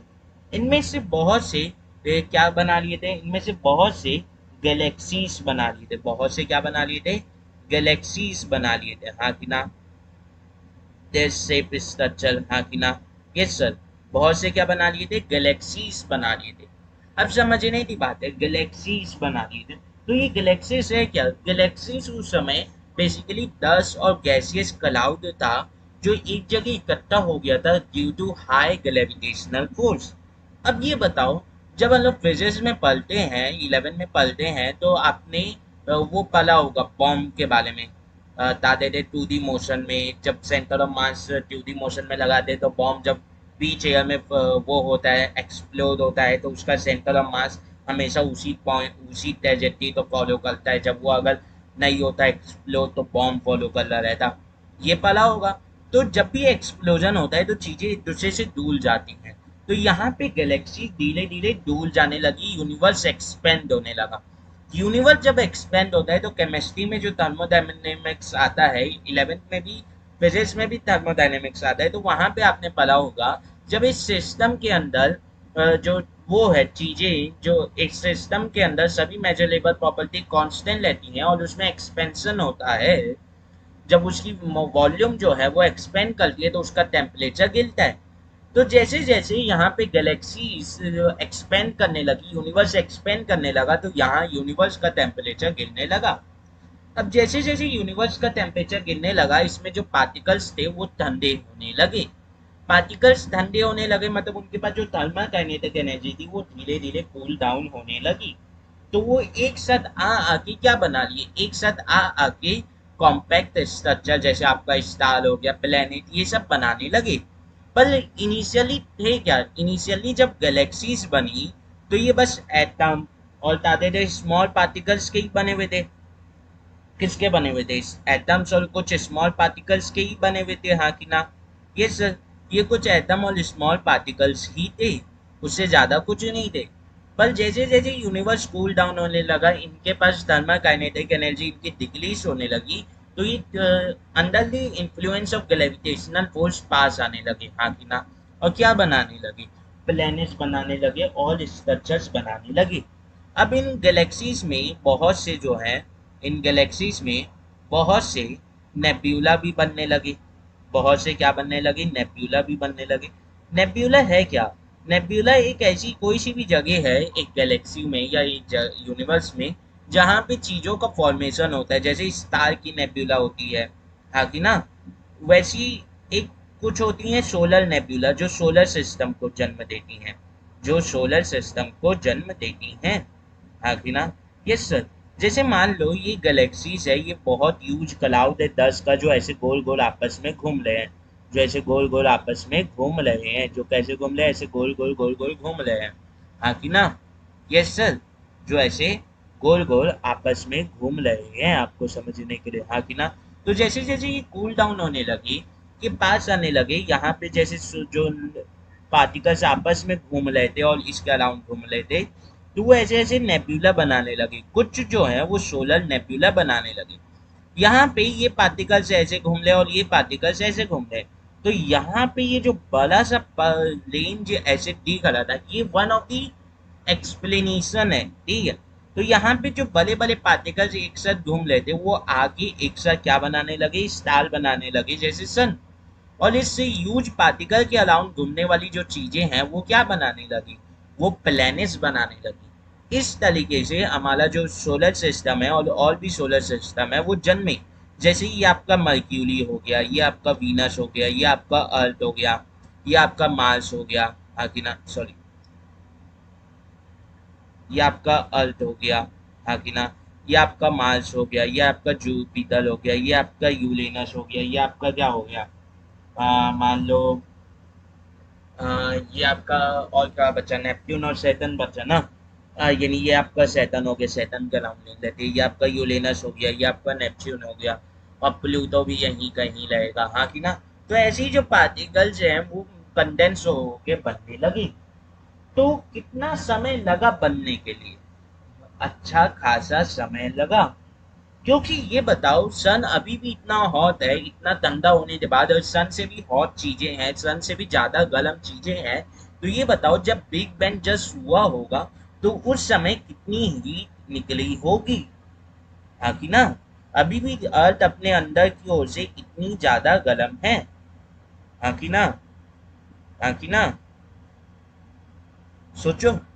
तो उस समय कितनी ज्यादा हीट होगी, समझ में आया। ये सर इतनी बात हमें समझ में आती है। अब इतनी हीट है तो अर्थ जो है, जिनके बारे में हम लोग तो बात करनी है, तो अर्थ में क्या यूज, अर्थ शुरुआत में वैसी ही होगी जैसी हम हमारे समय में है, आंसर है नहीं। हमसे अगर आप अपने माता पिता से बात करेंगे तो आपको पता चलेगा कि भारत में पहले जो वसंत ऋतु और पतझड़ जो है वो ज्यादा अच्छे से दिखते थे इन कंपैरिजन टू टुडे, हाँ कि ना। आजकल की जिंदगी के हिसाब से के कंपैरिजन में आज के हिसाब से पहले जो है वो वसंत ऋतु और दाते थे आपके पतझड़ जो है वो आसान, वो अच्छे तरीके से दिखते थे। तो क्या हम ह्यूमंस में इतने छोटे समय में चेंज आ गया है हमारे आसपास में, तो इतने लाखों करोड़ों साल में कितना चेंज आया होगा। और जो अर्थ जस्ट कूल डाउन हुई है, क्या वहाँ का एटमॉस्फेयर वैसा ही होगा जैसा हमारे पास है, आंसर है नहीं। मतलब over the period of time living being में भी चेंज आया है और अर्थ में भी चेंज आया है, आंसर है यस सर। तो अर्थ के पास जैसे बोला जाता है पहले एटमॉस्फेयर नहीं था। अर्ली अर्थ जो है, अर्ली अर्थ जो है उसके पास एटमॉस्फेयर नहीं था। इसके पास क्या नहीं था, इसके पास एटमॉस्फेयर नहीं था, इसके पास एटमॉस्फेयर नहीं था। सिंपल सी बात है यार, इसके पास एटमॉस्फेयर नहीं था, हाँ जी ना। तो फिर अर्थ में लाइफ वो कैसे हुई, ओरिजिनेट कैसे हुई। तो इसे एक्सप्लेन करने के लिए हम आगे पढ़ेंगे ओरिजिन ऑफ लाइफ के बारे में थ्योरी में। पर उससे पहले एक डेटा, स्टैटिस्टिकल डेटा हम लोग तो जान लेना चाहिए कि पहले यहाँ पे एनसीईआरटी क्या लिखती थी, 20 बिलियन ईयर्स अगो, BYA मतलब बिलियन ईयर्स अगो, आगे ना। अब यहाँ पे एनसीईआरटी लिखती है, अब यहाँ पे एनसीईआरटी क्या लिखती है, 13.5 बिलियन ईयर्स अगो क्या हुआ था, बिग बैंग हुआ था, यूनिवर्स का ओरिजिन हुआ था। और उसी के कितने सालों बाद, उसी के 9 बिलियन साल बाद, यानी 4.5 बिलियन ईयर अगो क्या हुआ था, अर्थ का फॉर्मेशन हुआ था, अर्थ का फॉर्मेशन हुआ था। अर्थ उस समय उस तरीके की नहीं थी जब जैसी आज है। और अर्थ के तादाद हैं 4.5 बिलियन ईयर अगो अर्थ बनी थी, तो उसके 0.5 बिलियन ईयर बाद 4 बिलियन ईयर अगो, मतलब आज से क्या हुआ था, आज से 4 बिलियन ईयर अगो लाइफ की पहली तलेसिस मानी जाती है अर्थ में अपीयर हुई थी। मतलब लाइफ जो है वो अपीयर हुई थी अर्थ में। पर ये क्या पूरे तरीके से लाइफ थी, आंसर है नहीं। मैंने अभी भी बोला कि ये लाइफ की थिलेसिस थी। ये लाइफ की क्या थी? थिलेसिस थी। कि हाँ, कुछ चिन्ह मिले थे कि लाइफ ओरिजिन हो रही है, होगी और होते रहेगी। हाँ कि ना? Yes sir. और ये जितना भी समय ले रहे हैं, ये हम कहाँ से ले रहे हैं? ये प्रेजेंट एला, आज की दुनिया जो हमारी 21st सेंचुरी है, उससे ले रहे हैं। हाँ कि ना? Yes sir. समझ में आया इतनी बात? Yes sir. तो अब हमें किस ऑर्डर में चीजें पढ़नी है? इस चैप्टर में हम लोग तो पहले पढ़ना होगा, जहां तक मुझे याद है एनसीईआरटी के, अगर मैं कलम के हिसाब से चलूं, तो इस चैप्टर में एनसीईआरटी का कलम मैं नहीं फॉलो करता। मैं इसमें थोड़ा सा अलग कलम लेके चलता हूँ। कुछ टॉपिक जो है मैं अंत में पढ़ाना पसंद करता हूँ, जो शुरुआत में दिए हुए हैं पर मैं उन्हें अंत में पढ़ाना पसंद करता हूँ। जैसे पहला टॉपिक है origin of life on earth, वो मैं पहले ही पढ़ाता हूँ। फिर इसके बाद एक और टॉपिक है, वो मैं सबसे लास्ट में पढ़ाता हूँ, पर फिर मैं पढ़ाता हूँ एविडेंसेस ऑफ इवोल्यूशन, फिर थियोरीज ऑफ इवोल्यूशन, फिर नेचुरल सिलेक्शन, फिर हार्डी विंसबर्ग लॉ, ह्यूमन इवोल्यूशन, फिर geological time scale and a belief account of evolution. ये जो जियोलॉजिकल टाइम स्केल और बिलीफ अकाउंट ऑफ इवोल्यूशन जो है, ये एनसीईआरटी में बहुत पहले दिया हुआ है, पर मैं इसे आखिर में पढ़ाना पसंद करता हूँ। दूसरा कुछ और एडिशनल बातें इसमें बात करते जाएंगे, हाँ कि ना? अब इनमें से कौन सा सबसे ज्यादा इंपॉर्टेंट है? आदि विंसबर्ग लॉ से हमेशा बोर्ड्स में भी और नीट में भी हर साल क्वेश्चन आते ही आते हैं। 2025 में भी इससे क्वेश्चन था। इवन ह्यूमन इवोल्यूशन से भी हर साल आते ही आते हैं। कुछ साल बाकी सब टॉपिक को मिस भी कर सकते हैं, पर ये जो दो टॉपिक है ये कभी भी मिस नहीं होते। तो origin of life on earth जो है, उसमें मैंने अभी बताया कि बहुत से अलग अलग चीजें, बहुत से अलग अलग जो वो है माइंड्स, वो अलग अलग थ्योरी देते हैं कि लाइफ कैसे ओरिजिन हुई। तो ओरिजिन ऑफ लाइफ जो है, अर्थ में ओरिजिन ऑफ लाइफ की बहुत से थ्योरी हैं। ओरिजिन ऑफ लाइफ के बहुत से थ्योरी हैं, हाँ कि ना? Yes sir. तो हम लोग तो कौन सी थ्योरी पढ़नी है सर? ये एफ है ना, ये एफ है, सिंगल एफ है, हाँ कि ना? बहुत सी थ्योरी है, हम लोग तो कौन सी थ्योरी पढ़नी है? हम लोग तो मॉडर्न साइंस की ही एंशियंट थ्योरी और बता देते हैं मॉडर्न थ्योरी पढ़नी है। एंशियंट साइंस की ही एंशियंट थ्योरी और मॉडर्न थ्योरी पढ़नी है, हाँ कि ना? Yes sir. हाँ कि ना? Yes sir. और मैं एक बात बता दूं, ये चैप्टर हो चाहे कोई सा भी जूलॉजी का चैप्टर हो, मैं इस लेवल तक पढ़ाता हूँ कि आपका ओलंपियाड भी कोई देना चाहे तो ओलंपियाड भी आसानी से आप दे सके, ठीक है? पर हाँ, कुछ टॉपिक हैं जो एनसीईआरटी से बाहर के होते हैं, वो आपको एडिशनली पढ़ने पड़ेंगे। ओलंपियाड की बुक आती है, उनसे पढ़ सकते हैं। पर अगर मुझे आप जूलॉजी या बायोलॉजी, जूलॉजी क्या बायोलॉजी मतलब बॉटनी या केमिस्ट्री पढ़नी है, इसका मतलब अगर आप ओलंपियाड लेवल में भी ये टॉपिक पढ़ने जाएंगे, तो हाँ, कुछ इन्फॉर्मेशन ज़्यादा नहीं, पर आपको सभी चीज़ें जो हैं वो आसानी से समझ में आएंगी, कोई परेशानी नहीं आएगी वहाँ पे समझने में। ये बात ध्यान रखिएगा, ठीक है? तो एक तारीफ नहीं है यार कि मेरी अचीवमेंट है, मैं ऐसा पढ़ाता हूँ, तो यार बोलने में क्या जा रहा है, ठीक है? तो एंशिएंट थ्योरी और क्या है? मॉडर्न थ्योरी है। एंशिएंट थ्योरी और क्या है? मॉडर्न थ्योरी है। एंशिएंट थ्योरी और क्या है? मॉडर्न थ्योरी है, हाँ कि ना? Yes sir. मैं 13.5 बिलियन ईयर्स अगो आपका यूनिवर्स का ओरिजिन हुआ था, बिग बैंग हुआ था। और उसी के 9 बिलियन साल बाद, मतलब कि 4.5 बिलियन ईयर अगो, अर्थ का ओरिजिन हुआ। अब अर्थ जब इनिशियली बनी थी तो वो तो हॉट पार्टिकल्स से बनी हुई थी, जो जस्ट कूल डाउन हुए थे, थोड़े से कूल डाउन हुए थे, मतलब अचानक से ठंडे नहीं हो गए थे, पहले के मुकाबले थोड़े ठंडे हुए थे, पर अभी भी ये बहुत गर्म थे, हाँ कि ना? और इसी से 0.5 बिलियन ईयर बाद आपका यो लाइफ की ट्रेसेस अर्थ पे पाई जानी चालू हुई। तो 0.5 बिलियन साल मतलब 500 मिलियन साल, मतलब यहाँ पे कितना लगा? 500 मिलियन साल। कितना लगा? 500 मिलियन। 500 मिलियन ईयर लगे यहाँ पे। क्या हुआ? 500 मिलियन ईयर कोई छोटा समय नहीं है, ये अच्छा खासा बड़ा समय है। मतलब आप मान लो करीब करीब यहाँ पे 50 करोड़ साल लगे हैं। यहाँ पे कितने लगे हैं? 50 करोड़ साल लगे हैं। और ये छोटा समय नहीं है, इतना छोटा समय यानी इतना बड़ा समय लगा है अर्थ में लाइफ को ओरिजिनेट होने में, तो इतने बड़े समय में बहुत से चेंजेस आए होंगे, हाँ कि ना? Yes sir. इवन दो अगर आप देखोगे बता देते हैं 4 बिलियन ईयर अगो से आज तक प्रेजेंट अर्थ में तो बहुत सी लाइफ फॉर्म्स एक्सटिंक्ट हुई हैं, बहुत सी नई लाइफ फॉर्म्स आई हैं। इसका मतलब जो लाइफ जो ओरिजिनेट होना चालू हुई, ये भी अच्छा खासा बहुत ज़्यादा समय ली है ओरिजिनेट होने के लिए। ऐसा नहीं है सिर्फ अर्थ समय ली है लाइफ को लाइफ के तलेसिस लाने के लिए, पर लाइफ भी अच्छा खासा समय लिया है इवॉल्व होने के लिए, चेंज होने के लिए। इसीलिए तो आजकल अभी आप देखेंगे तो इतने सारे अलग अलग प्रकार के ऑर्गेनिज्म, इतने अलग अलग प्रकार के जीवित प्राणी आपको इस धरती पे मिल जाते हैं, हाँ कि ना? Yes sir. तो आज अल्लो तो करना है, आज अल्लो तो करना है बेसिकली बता देते हैं ओरिजिन ऑफ लाइफ। तो ओरिजिन ऑफ लाइफ को एक्सप्लेन करने वाली थ्योरी जो है वो ज़्यादातर वेस्टर्न साइंस के हिसाब से एंशिएंट थ्योरी और मॉडर्न थ्योरी है। तो एंशिएंट थ्योरी में पहला क्या आता है? एंशिएंट थ्योरी में पहली थ्योरी आती है, एंशिएंट थ्योरी में पहली थ्योरी आती है, जैसे हमारे यहाँ सनातन धर्म में बोला जाता है कि जो हमारे भगवान हैं, त्रिदेव हैं, ब्रह्मा विष्णु एंड महेश, उनमें से जो ब्रह्मा जी हैं उन्होंने इस धरती पे हर एक लाइफ को ओरिजिनेट किया है।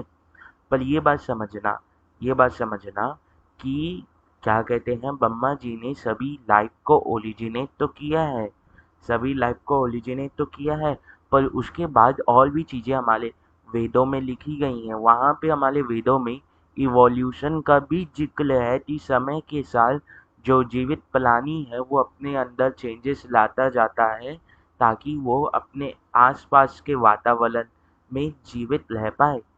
तो इवोल्यूशन जो है वो सनातन धर्म के वेदों में दिया हुआ है, हाँ कि ना? Yes sir. तो पहली जो थ्योरी है कि जैसे हमारे यहाँ ब्रह्मा जी ने सबसे पहले जब ह्यूमन बनाए थे, जब यानी सबसे पहले जब ब्रह्मांड बनाया था, तो सबसे पहले मनुष्य कौन थे? आंसर है मनु जी, जिन्होंने मनुस्मृति लिखी, हाँ कि ना? हाँ कि ना? और मनु जी की जो वाइफ थी उनका नाम क्या था? सहतलुपा, हाँ कि ना? उनका नाम क्या था? सतलुपा। सतलुपा माता या सतलुपा जी बोल सकते हैं, क्योंकि वो माता की श्रेणी में आएंगी, हाँ कि ना? Yes sir. तो मनु जी ने मनुस्मृति लिखी, आगे ज्ञान दिया, तो ये हमें हमें बोला जाता है। तो वैसी जो है वेस्टर्न साइंस जो है वहाँ पे क्रिश्चियन कैथोलिक चर्च है, इसीलिए वहाँ पे माना जाता, वहाँ पे क्रिश्चियन थ्योरी मानी जाती है, और वहाँ पे थ्योरी आती है थ्योरी ऑफ स्पेशल क्रिएशन। जो क्रिश्चियन माइथोलॉजी की थ्योरीज हैं वो वेस्टर्न साइंस कंसीडर करता है एंशिएंट थ्योरी के फॉर्म में, क्योंकि वेस्टर्न साइंस जो है वो आपका यूरोप और अमेरिका, यानी यूरोप और अमेरिका तरफ ओरिजिनेट हुआ है। इसीलिए इसमें वो अपने जो माइथोलॉजी है उनकी क्रिश्चियन माइथोलॉजी उसके हिसाब से लेते हैं, हाँ कि ना? ये सर। तो पहली थ्योरी आती है थ्योरी ऑफ स्पेशल क्रिएशन। ये किसके द्वारा दी गई थी? ये दी गई थी एक चर्च के फादर के द्वारा जिसका नाम था फादर स्कॉट्स, जिसका नाम था फादर स्कॉट्स, हाँ कि ना? ये एक चर्च में पादरी था, ये एक चर्च में क्या था? पादरी था, हाँ कि ना? Yes sir. ठीक है। इसने क्या बोला था? इसने बोला कि जो अर्थ है वो सिर्फ 4,000 साल पहले ही बनी है, और भगवान ने 6 दिनों के अंदर अर्थ बना दी है, हाँ कि ना? जैसे क्रिश्चियन और इस्लामिक माइथोलॉजी में माना जाता है कि 6 दिनों के अंदर ब्रह्मांड भगवान ने बना दिया था, और 7वें दिन भगवान ने आराम किया था, हाँ कि ना? वो वैसी ही बनाई थी जैसी आज है, मतलब बिल्कुल भी चेंज नहीं आया है। मतलब ये हमारे मतलब सनातन धर्म से बहुत अलग है। अगर आप थ्योरी ऑफ स्पेशल क्रिएशन के अंदर मैं बहुत से टीचर लोग तो देखता हूँ, वो बोल देते हैं ये सिमिलर है हमारे धर्म में लिखे हुए, हमारे धर्म में दिए हुए थी। भगवान ब्रह्मा जी ने ताकत है दुनिया को एक ही बार में बना दिया, और ताकत है पहले मनुष्य मनु जी और सहस्त्रलिपा थे। पर ऐसा नहीं है। ताकत है हमारे में जो इवोल्यूशन के जो पॉइंट्स हैं वो कहीं ना कहीं आया है। हाँ कि ना, ये जो पॉइंट है ये इतना ज़्यादा बड़ा पॉइंट नहीं है, पर क्लियरिटी लेनी चाहिए, क्लियरिटी लेनी चाहिए। हाँ कि ना। Yes sir. अब तो इसके ऊपर एक क्वेश्चन होता है सर, तो थ्योरी कैसी हो गई? ये माइथोलॉजिकल हो गई। ये कैसी हो गई? माइथोलॉजिकल हो गई। जो उनकी क्रिश्चियन माइथोलॉजी है उसके हिसाब से ये थ्योरी बेस्ड है। बाकी ना। Yes sir. अब ये बताओ कि अगर क्रिश्चियन माइथोलॉजी के हिसाब से गॉड ने सिर्फ 6 दिन के अंदर दुनिया बना दी, 4000 साल पहले ही बनाई, और जो अर्थ में जितने लाइफ ऑर्गेनिज्म है वो वैसे ही थे जब बनाए गए, तो जो कुछ ऑर्गेनिज्म के जो हमें अवशेष मिलते हैं फॉसिल के फ्यूल में, वो ऑर्गेनिज्म किधर है? कुछ ऑर्गेनिज्म में समय के साथ चेंज आया, वो कैसे आया? हाँ कि ना। Yes sir. मतलब इसका कोई साइंटिफिक प्रूफ नहीं था। ये डायनासोर के बारे में नहीं बता पाए कि डायनासोर के जो अवशेष मिले, जो लॉक मिल रहे थे, जो लॉक 4000 साल से भी पुरानी मिट्टी मिल रही थी, वो कैसे मिली? हाँ कि ना। Yes sir. जो पत्थर मिल रहे थे 4000 साल से भी पुराने, वो कैसे मिल रहे हैं अगर अर्थ 4000 साल पुरानी नहीं है तो? हाँ कि ना। Yes sir. इसीलिए इसे थ्योरी ऑफ स्पेशल क्रिएशन या थ्योरी ऑफ क्रिएशनिज्म बोला जाता है। क्या बोला जाता है? Theory of creationism. हाँ कि ना। Yes sir. ये पहली थ्योरी है। दूसरी थ्योरी क्या है? दूसरी थ्योरी क्या है? दूसरी थ्योरी है, बता देते हैं, theory of spontaneous generation. Theory of spontaneous generation. हाँ कि ना। Theory of spontaneous generation. समझना क्या होता है स्पॉन्टेनियस जनरेशन मतलब।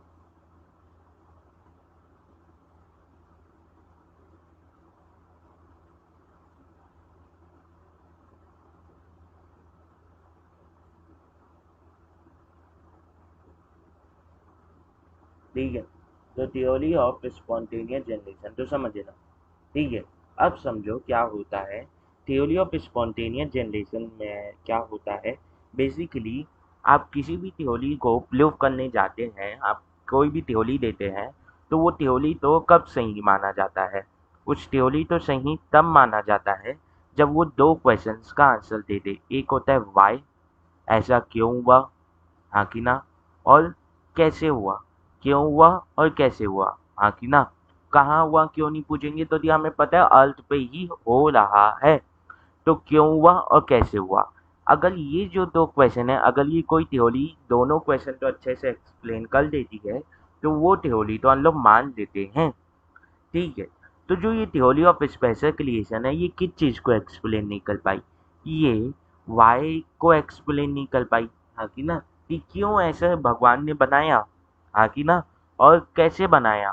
आपने तो बोल दिया थी आपने अपनी माइथोलॉजी के हिसाब से बोल दिया थी 6 दिन में बनाया और 4000 साल पहले ही बनाया, पर ऐसा ही क्यों बनाया और कैसे बनाया? हाँ कि ना। अब थ्योरी ऑफ स्पॉन्टेनियस जनरेशन जो है, ये भी वाई और हाउ का आंसर नहीं देती। ये भी वाई और हाउ का आंसर नहीं देती। हाँ कि ना। Yes sir. अब बेसिकली समझने की बात है, इस थ्योरी में बोला क्या गया? इस थ्योरी में, थ्योरी ऑफ स्पॉन्टेनियस जनरेशन में क्या बोला गया?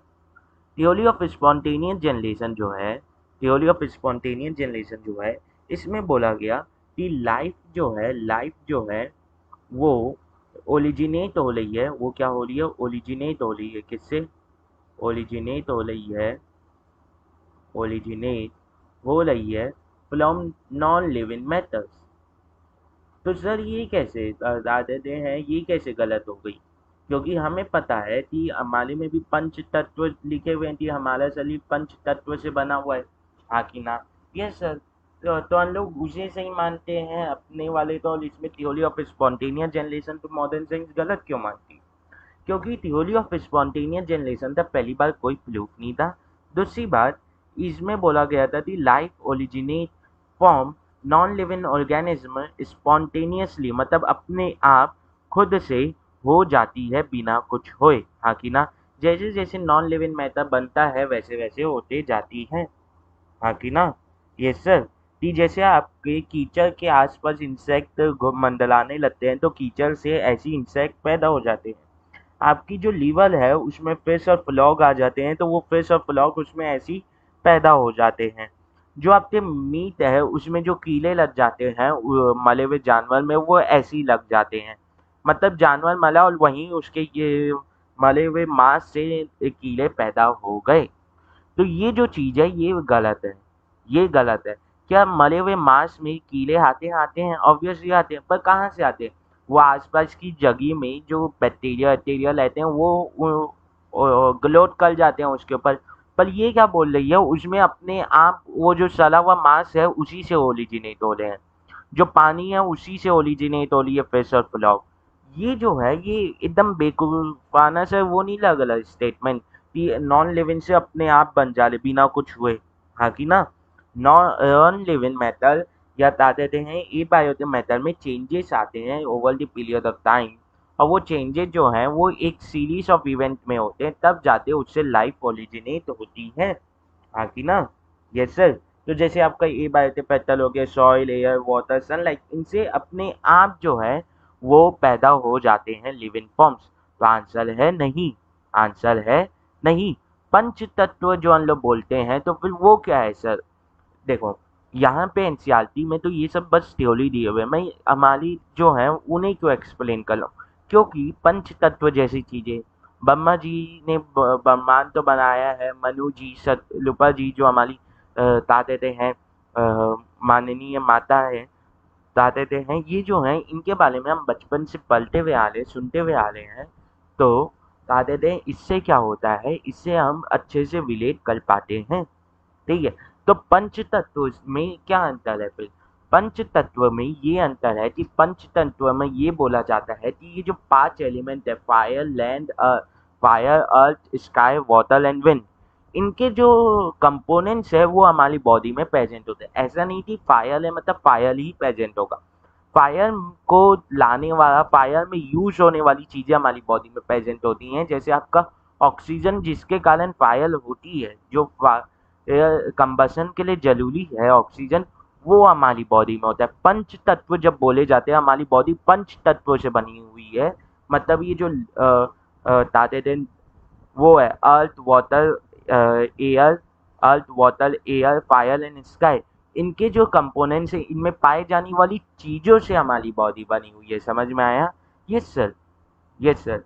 तो अब थ्योरी ऑफ स्पॉन्टेनियस जनरेशन, तो थ्योरी ऑफ एबायोजेनेसिस या ऑटोजेनेसिस भी बोला जाता है।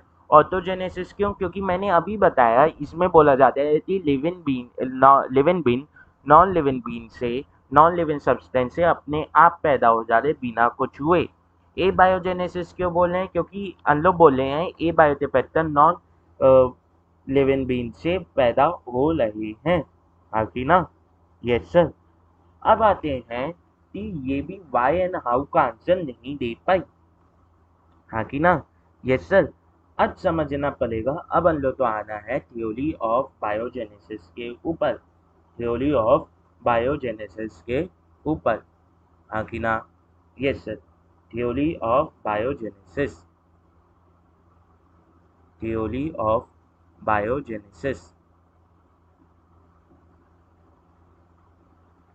ठीक है, थ्योरी ऑफ बायोजेनेसिस।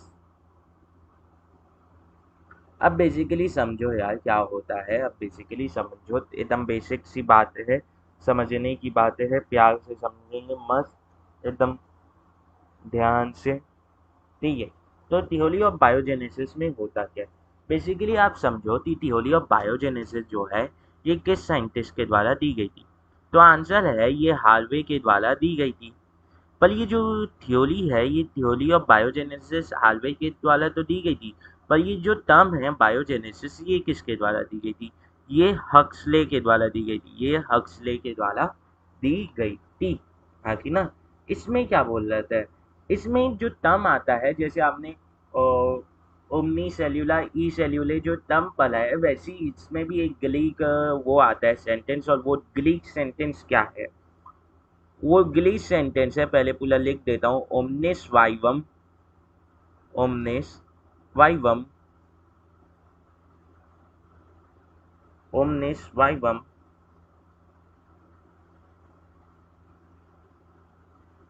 एक्स ओवा और वीवो। हाँ कि ना? इसका मतलब क्या हुआ कि जितनी भी लिविंग ऑर्गेनिज्म है इस धरती पे, वो किसी ना किसी और पहले प्रेजेंट लिविंग ऑर्गेनिज्म से ही आई है। मतलब new life form originate from the pre existing life form. मतलब कोई ना कोई सेल जो बना है अभी, वो किसी ना किसी और सेल जो पहले था उसी से बना हुआ है। तो ये पार्शियली गलत है। ये कैसी है? ये पार्शियली गलत है। कैसे सर?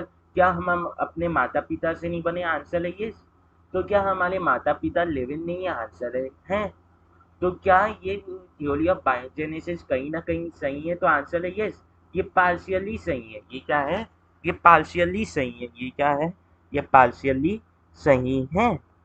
ये क्या है? पार्शियली सही है। आखिर ना, समझ में आया?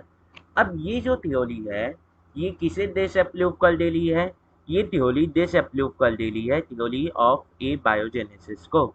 ये थ्योरी डिसअप्रूव कर डेली है, थ्योरी ऑफ ए बायोजेनेसिस को। कैसे डिसअप्रूव कर लिए? क्योंकि मैं बोल रहा हूँ कि कहीं ना कहीं जितनी भी लाइफ फॉर्म्स हैं अभी इस धरती पे, वो पहले प्रेजेंट लाइफ फॉर्म से आई हैं, प्री एग्जिस्टेंट लाइफ से आई हैं। तो मान लेते हैं ये सेल बना था किसी और सेल से, और ये सेल बना था किसी और सेल से, ये सेल बना था किसी और सेल से। तो कभी ना कभी तो पहला सेल बना ही होगा। फर्स्ट सेल कभी ना कभी तो बना ही होगा। तो ये सेल कहाँ से आया? ये सेल कहाँ से आया? ये सेल कहाँ से आया? तो हम लोग बोल रहे हैं जितनी भी लाइफ फॉर्म्स है वो पहले प्रेजेंट लाइफ फॉर्म से आ रही है। तो ये जो पहली लाइफ फॉर्म है, फर्स्ट सेल जो है, ये कहाँ से आया?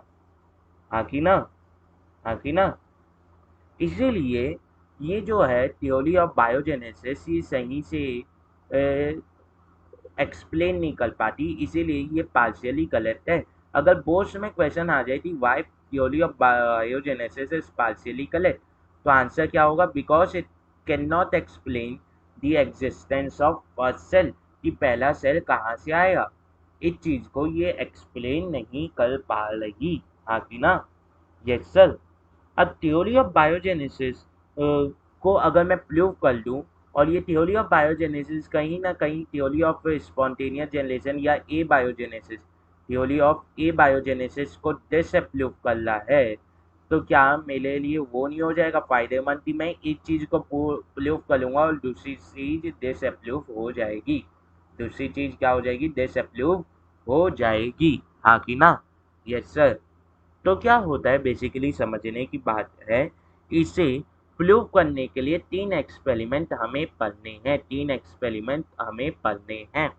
पहला एक्सपेरिमेंट है फ्लांसेको फ्लेंसेस्को फ्लेंसेस्को फ्लेंसेस्को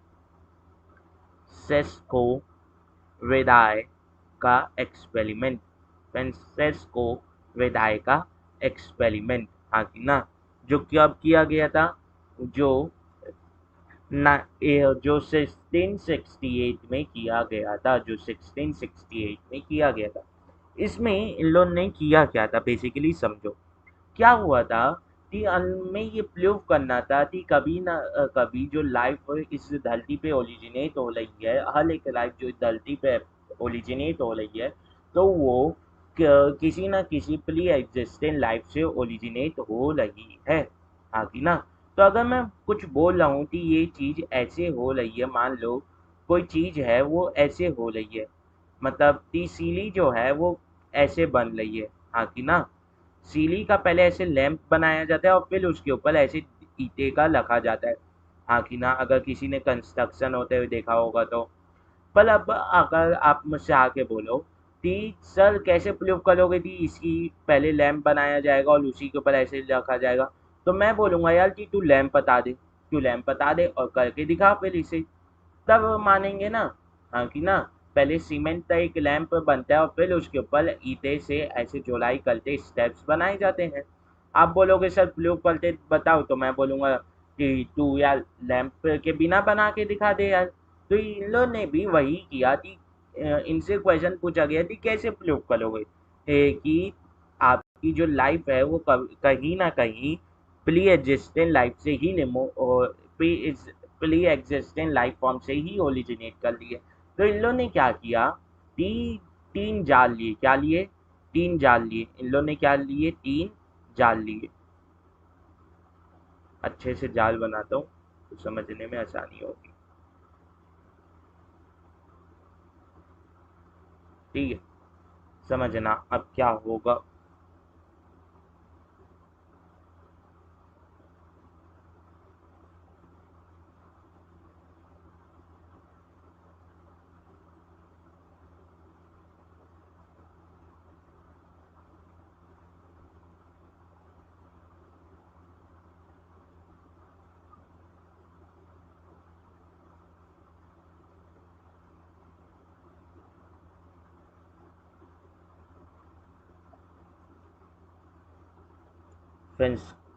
फ्लेंसेस को लेराई ने क्या किया? उसने ये जाल लिया। कितने जाल लिए? तीन जाल लिए। इसी को कॉपी कर लेता हूँ। अपने पास भी ताकत है, अपने पास भी ये शक्ति है जिसका गलत इस्तेमाल अपन नहीं करते कभी कभार। ठीक है, इसने ये जाल ली और क्या बोला कि आप क्या करो, इसके अंदर एक स्टेरलाइज पीस ऑफ मीट रख दो। स्टेरलाइज पीस ऑफ मीट क्यों? ताकि स्टेरलाइज पीस ऑफ मीट मतलब इसमें कोई भी प्री एग्जिस्टिंग लाइफ नहीं है, बैक्टीरिया बैक्टीरिया कुछ नहीं है। तो ये क्या है? स्टेरलाइज में हाँ कि ना, मतलब इसमें कोई प्री एग्जिस्ट मतलब इसमें कोई प्री एग्जिस्टिंग बैक्टीरिया एक्टीरिया नहीं है। ये क्या? स्टेरलाइज मीट है। हाँ कि ना? हाँ कि ना? यस सर, स्टेरलाइज मीट है। हाँ कि ना? यस सर, तीनों में स्टेरलाइज मीट ही है। तीनों में क्या है? स्टेरलाइज मीट ही है। ठीक है, अब बेसिकली करो क्या? अब इसमें क्या करो कि आप इस वाले को कवर कर दो। इस वाले के ढक्कन को आप कवर कर दो पूरे तरीके से। हाँ कि ना? यस सर, पूरे तरीके से क्या कर दो? कवर कर दो। इसमें क्या करो? इसमें आप ऐसे नेट बिछा दो। इसमें क्या बिछा दो आप? ये मेटल का मैश बिछा दो। इसमें आप क्या करो? मेटल का मैश बिछा दो। आप इसमें क्या करो तो खुला मत रखो इसे, पर इसमें आप क्या करो? ये मैश बिछा दो। क्या बिछा दो? मैश बिछा दो। हाँ कि ना? इससे क्या होगा समझने की बात है। इससे क्या होगा समझने की बात है। इससे क्या होगा कि यहाँ पे थोड़ी देर में इसे छोड़ूंगा तो यहाँ पे कौन आ जाएगी? मक्खी आ जाएगी। यहाँ पे कौन आ जाएगी? मक्खी आ जाएगी। हाँ कि ना? और वो इसके ऊपर एग लेकर के चल देगी। वो इसके ऊपर एग लेकर के चल देगी। हाँ कि ना? वो इसके ऊपर क्या करके चल देगी? एग ले करके चल देगी। हाँ कि ना? यस सर, वो इसके ऊपर एग ले करके चल देगी। यहाँ पे पैक होने के नाम से यहाँ पे एग ले नहीं कर पाएगी, पर यहाँ पे जब मक्खी आएगी तो वो मैश के ऊपर एग ले कर देगी। और ये जो मैश है इससे वो अंडे टपक टपक के कहाँ चल देंगे? यहाँ चल देंगे। हाँ कि ना? अंडे टपक के वापस से मीट के ऊपर आ जाएंगे। अब यहाँ पे जब ओपन जाल था, यहाँ पे जो पहला वाला जाल था, जाल नंबर 1, ये जो जाल नंबर 1 था, ये जाल नंबर 2 है और ये जाल नंबर 3 है। तो जो पहला जाल है वो ओपन जाल है, ऑब्वियस सी बात है। तो फर्स्ट जाल जो ओपन जाल है उसमें जो है एग ले किए गए मक्खी के द्वारा। हाँ कि ना? हाउस फ्लाई के द्वारा वो हैं एग ले किए गए। तो जब मीट जो एक न्यूट्रिटिव मीडियम की तरह काम कर सकता है, खाना की तरह काम कर सकता है, इसके ऊपर एग ले किए गए। तो एग जो है वो हैच हुए, एग फूटे, उससे कीड़े निकले, उससे मक्खी के बच्चे निकले और वो मक्खी के बच्चों ने इस मीट के ऊपर फीड किया। तो हमें वहाँ पे लाइफ ग्लो होते हुए दिखी। क्यों? क्योंकि वहाँ पे एक एग मतलब एक प्री एग्जिस्टिंग लाइफ आई थी। सेकेंड जाल में कोई मक्खी वक्खी नहीं आई, जाल भी स्टेरलाइज है, मीट भी स्टेरलाइज है, तो वहां पे कोई प्री एग्जिस्टिंग लाइफ नहीं है, कोई मक्खी भी नहीं आई, कोई मक्खी भी नहीं आई, मतलब एग भी ले नहीं हुए। हाँ कि ना, हाँ कि ना, कोई कीड़ा मकोड़ा भी एंटर नहीं कर पाया, कोई मैगट भी एंटर नहीं कर पाया। इसका मतलब यहाँ पे लाइफ फॉर्म नहीं दिखनी चाहिए, और यहाँ पे लाइफ फॉर्म दिखी भी नहीं। दूसरी बात, सेकंड में मक्खी या कीड़े मकोड़े एंटर नहीं कर पाए, पर जब वो ऊपर मेटेलिक मैश जो में जब वो किए, क्या किए, एग ले किए, तो वो जो एग है वो नीचे डलॉप हुए, और मीट के ऊपर वो हैच होते, उसे किसकी तरह यूज किए, उसे आपके न्यूट्रिटिव मीडियम द्वारा यूज किए, और उसके ऊपर फीड करते ग्लो हुए मक्खी वक्खी। हाँ कि ना, यस सर। मतलब पहले और सेकंड जाल में लाइफ जो है वो प्रेजेंट थी, इसीलिए वहां पे लाइफ फॉर्म हुई। सेकंड में अगर थ्योरी ऑफ एबायोजेनेसिस सही होती तो सेकंड में भी फॉर्म होनी थी, क्योंकि स्टेरलाइज मीट एक एबायोटिक सब्सटेंस है। अगर थ्योरी ऑफ बायोजेनेसिस सही होती तो इसका मतलब ये होता कि वो सेकंड जाल में भी ग्रोथ होती, लाइफ फॉर्म थी, पर सेकंड जाल में ग्रोथ नहीं हुई। हाँ कि ना, हाँ कि ना, यस सर।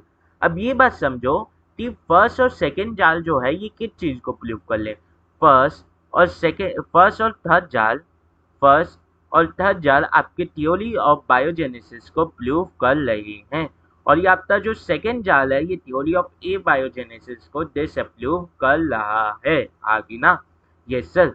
तो ये तो हुआ पहला एक्सपेरिमेंट से, यहाँ पे मैंने बोले थे कि 3 एक्सपेरिमेंट हमें करने। तीसरा एक्सपेरिमेंट क्या है, तीसरा एक्सपेरिमेंट लेजालो स्पेलेंजानी का है। किसका है, लेजालो स्पेलेंजानी। ये तो एकदम ऐसा ऐसा कुछ लगता है जो कोई इटालियन वो है, मतलब कि सैलेड है, नाम इन लोग तो ऐसे अजीब अजीब नाम देते हैं ना, एकदम मस्त यहाँ जैसे रॉकी, एकदम ऐसे अच्छे नाम लगने चाहिए।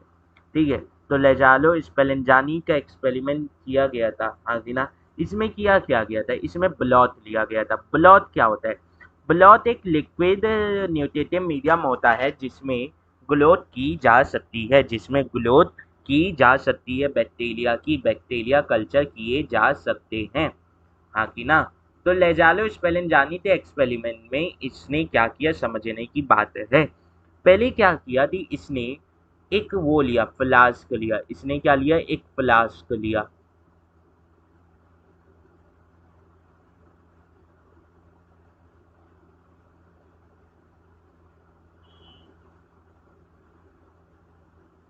इसने ऐसे एक फ्लास्क लिया। अब इसके अंदर इसने न्यूट्रिटिव मीडियम भर दिया, इसके अंदर इसने क्या भर दिया, ब्लॉथ भर दिया। हाँ कि ना, यस सर।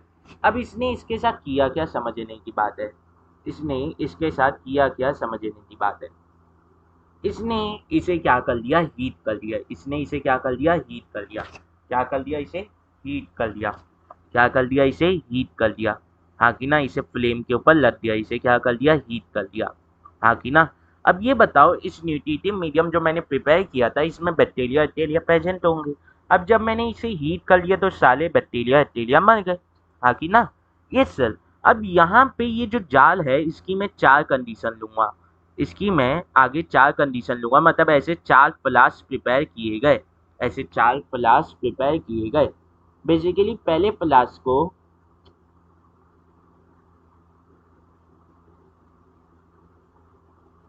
अरे यार क्या हो रहा है,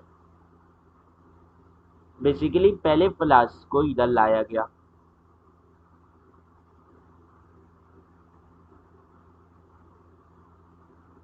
एक फ्लास्क लिया गया, दूसरा फ्लास्क लिया गया, तीसरा फ्लास्क लिया गया। हाँ कि ना, और फोर्थ फ्लास्क लिया गया। हाँ कि ना, यस सर। तीसरे फ्लास्क को मैं इधर बना दे रहा हूँ, ठीक है, सेकेंड फ्लास्क को मैं इधर बना दे रहा हूँ, ठीक है। ऐसे 4 फ्लास्क लिए गए। अब पहले फ्लास्क को ऐसे ही छोड़ दिया गया, पहले फ्लास्क को ऐसे ही छोड़ दिया गया। ये एक ओपन फ्लास्क है, मान लो ये क्या है, एक ओपन फ्लास्क है। यहाँ पे सेकेंड फ्लास्क को क्या कर दिया गया, कॉर्क की मदद से क्या कर दिया गया, सील्ड कर दिया गया। क्या कर दिया गया, सील्ड कर दिया गया। अब ये बात समझो, इसे क्या किया गया, तीसरे फ्लास्क को ओपन रखा गया पर कंटिन्यू हीट देते गए, कंटिन्यू क्या देते गए, हीट करते गए, हाँ कि ना। और फोल्ट वाले तो क्या कर दिए, फोल्ट वाले तो सील भी कर दिया और कंटिन्यू हीट भी देते गए, हाँ कि ना। Yes sir. तो पहले वाले फ्लास्क में देखना क्या होगा, पहला जो ये फ्लास्क है, पहला flask, second flask, third flask और फोर्थ फ्लास्क में हुआ क्या, समझने की बात है। पहले फ्लास्क में क्या हुआ, पहले फ्लास्क को ओपन छोड़ दिए, हाँ कि ना। Yes sir. तो ये क्या हुआ, इसमें जो ब्लॉट था वो क्लाउडी हो गया, उसका कलर हल्का क्लाउडी हो गया। क्यों हुआ, क्योंकि वहां पे माइक्रोबियल ग्रोथ दिखी, वहां पे माइक्रोबियल ग्रोथ दिखी। क्यों दिखी सर, क्योंकि जो ब्लॉट था वो स्टेरलाइज था। ब्लॉट क्या था, स्टेरलाइज था, हाँ कि ना। Yes sir. ब्लॉट क्या था, स्टेरलाइज था, नहीं, यहाँ आंसर है, ब्लॉट जो था वो स्टेरलाइज था। पर क्या जो फ्लास्क के अंदर एयर थी, यहाँ से जो एयर जा रही थी, क्या वो स्टेरलाइज थी, आंसर है नहीं, वो स्टेरलाइज नहीं थी, वो स्टेरलाइज नहीं थी, हाँ कि ना। तो यहाँ पे जो वो है ब्लॉट है वो स्टेरलाइज नहीं था। इवन जो यानी ब्लॉट जो है वो स्टेरलाइज था पर एयर स्टेरलाइज नहीं थी। इसका मतलब यहाँ पे क्या हुआ, यहाँ पे आपको माइक्रोबियल ग्रोथ दिखी, यहाँ पे आपको क्या दिखी, माइक्रोबियल ग्रोथ दिखी, यहाँ पे आपको क्या दिखा, माइक्रोबियल ग्रोथ दिखा। वहीं अगर आप सेकेंड क्लास में देखें तो यहाँ पे आपका ब्लॉट जो है वो क्या था, यहाँ पे आपका जो ब्लॉट है वो स्टेरलाइज था और जो फ्लास्क है वो सील्ड था। इसी नाम से यहाँ पे आपकी जो अनस्टेरलाइज एयर है या माइक्रोब कंटेनिंग एयर है वो नहीं है। तो यहाँ पे माइक्रोब ग्रोथ आपको नहीं दिखेगी, यहाँ पे माइक्रोब ग्रोथ नहीं दिखेगी। ये कैसे पता चलेगा माइक्रोब की ग्रोथ नहीं हुई, ऐसे पता चलेगा कि यहाँ पे आपको समझने की बात है कि जो यहाँ पे ब्लॉट है वो क्लाउडी नहीं हुआ। पर वहीं पे ये तीसरी कंडीशन देखूं तो यहाँ पे आपका जो ब्लॉट है वो स्टेरलाइज किया जा रहा है कंटिन्यूसली। इवन जो एयर है वो अनस्टेरलाइज है, तो जब वो ब्लॉट के साथ मिल रही है तो यहाँ पे जो ब्लॉट है वो क्या हो जा रहा है, वो क्या क्लाउडी होगा, ब्लॉट जो है वो क्लाउडी होगा, आंसर है यस, आंसर है यस। ब्लॉट जो है वो क्लाउडी होगा। कैसे क्लाउडी हो जाएगा यार, मैं कुछ भी मैं बोलता हूँ और तुम लोग वो भी नहीं करते हो, कैसे क्लाउडी हो जाएगा, चेक करने के बोलता हूँ और तुम लोग कुछ भी। मैं बोला ना कंटिन्यूसली स्टेरलाइज हो रहा है तो थोड़ी सी भी माइक्रोबियल ग्रोथ होगी तो वो कंटिन्यू मर जाएगा। तो यहाँ पे भी आपकी माइक्रोबियल ग्रोथ नहीं हुई।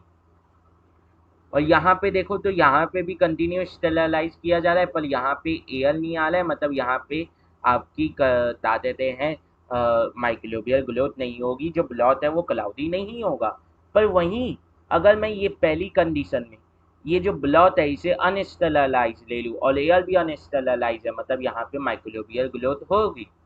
अब अगर मैं इसे अनस्टेरलाइज ले लूँ और बता देते हैं एयर के कॉन्टैक्ट में नहीं है, तब भी यहाँ पे माइक्रोबियल ग्रोथ होगी।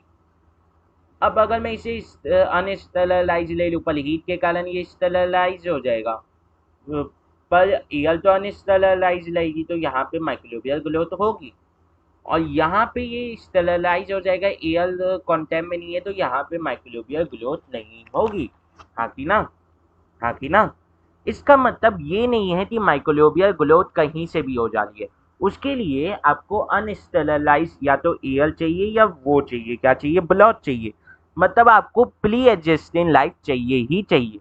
बिना प्री एडजस्टिंग लाइफ के आप ग्रोथ नहीं करवा सकते माइक्रोबियल ग्रोथ की, हाँ कि ना। Yes sir. ठीक है, तो ये हो गए दो एक्सपेरिमेंट। वहीं अगर मैं तीसरे एक्सपेरिमेंट पे आऊँ, वहीं अगर मैं तीसरे एक्सपेरिमेंट पे आऊँ, अच्छा मैं इसमें है ना ये सेकेंड वाली कंडीशन जो है ना जो मैंने बाद में बताई ये बताई जाती है, पहली कंडीशन नहीं बताई जाती। पर अगर आप बुक देखेंगे ना कहीं अच्छी तो उसमें पहली कंडीशन तो क्वेश्चन के फॉर्म में दे देता है, इसलिए मैंने पहली कंडीशन भी बता दी, सेकेंड कंडीशन भी बता दी, हाँ कि ना। Yes sir. एक्सपेरिमेंट में वैसे सेकेंड कंडीशन है पर मैंने फर्स्ट कंडीशन भी बता दी। ठीक है। तो मैंने ये पहले एक ये वाली कंडीशन बताई, फिर एक ये वाली कंडीशन बताई ना, तो ये पहली कंडीशन और ये दूसरी कंडीशन। तो पहली कंडीशन जो है ये बुक में क्वेश्चन के फॉर्म में दे देती है और सेकंड कंडीशन पढ़ा दी जाती है, तो मैंने दोनों को बता दिया। अब यहाँ पे तीसरे एक्सपेरिमेंट पे आते हैं जो लुईस पास्चल ने किया था। जो किसने किया था? लुईस पास्चल ने किया था। ये लुईस पास्चल का नाम हम लोग बहुत सुनते हैं, हाँ कि ना, बचपन से जीके में भी सुनते रहते हैं, ईवीएस में भी सुनते रहते हैं। और मोलर साइंस कल्चर होता है चैप्टर, वो होता था सब्जेक्ट क्लास क्लास 7 तक होता था ना, नहीं, हाँ क्लास 7 तक अन होता था, क्लास 3 से क्लास 7। उसमें इसकी वो भी थी, एक कहानी भी, मतलब मोलर कहानी रहती थी उसमें। बहुत बकवास रहता था यार वो, मतलब कि मोलर साइंस ठीक है पर कुछ ज़्यादा ही बकवास स्टोरी रहती थी। और उसके यार उसका एग्ज़ाम होता था, बहुत अन्याय है। ठीक है, तो इसमें किया क्या इसने, वापस से आते हैं टॉपिक पे। इसने क्या किया, इस पे एक स्वान शेप वो लिया, इसने क्या किया, इस पे एक स्वान शेप वाला फ्लास्क लिया। ये जो स्वान की शेप वाला क्या लिया, इसने फ्लास्क लिया, हाँ कि ना, ये सर, ये स्वान की शेप वाला फ्लास्क लिया। और क्या किया, इसमें यहाँ पे क्या भर दिया, ब्लॉथ भर दिया। यहाँ पे इसने क्या भर दिया, ब्लॉथ भर दिया, हाँ कि ना, यस सर। और इसे क्या कर दिया, हीट करने लगा, इसे क्या करने लगा, हीट करने लगा, क्या करने लगा, हीट करने लगा, हाँ कि ना, यस सर। तो क्या हुआ, ये जो ब्लॉथ है ये लिक्विड कंटेंट है, लिक्विड में वाटर रहेगा ही, तो वो क्या होगा, ये बॉईल होगा। यहाँ पे वाटर न्यूट्रिटिव मीडियम में जब ब्लॉथ बनाया जाता है तो उसमें वाटर में न्यूट्रिशन ऐड करके, शुगर उगल ऐड करके बनाया जाता है। तो यहाँ पे देखो होता क्या है बेसिकली, कि जब यहाँ से वाटर उड़ेगा तो वाटर कहाँ जाएगा, यहाँ ऊपर जाएगा वाटर वेपर के फॉर्म में, और वो यहाँ से नीचे आके चल देगा। जब यहाँ नीचे आएगा तो वो थोड़ा सा कूल डाउन होगा, कंडेंस हो जाएगा, हाँ कि ना। तो जैसे यहाँ पे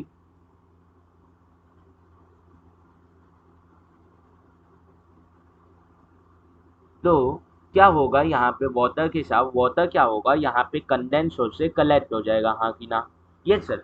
अब ये देखो क्या, यहाँ पे वाटर यहाँ पे कंडेंस हो से कलेक्ट हो गया, यस सर। और हीट करने के नाम से जो ब्लॉथ है वो क्या हो गया, स्टेरलाइज हो गया। अनस्टेरलाइज था, उसमें माइक्रोब प्रेजेंट है, तो अब वो स्टेरलाइज हो गया।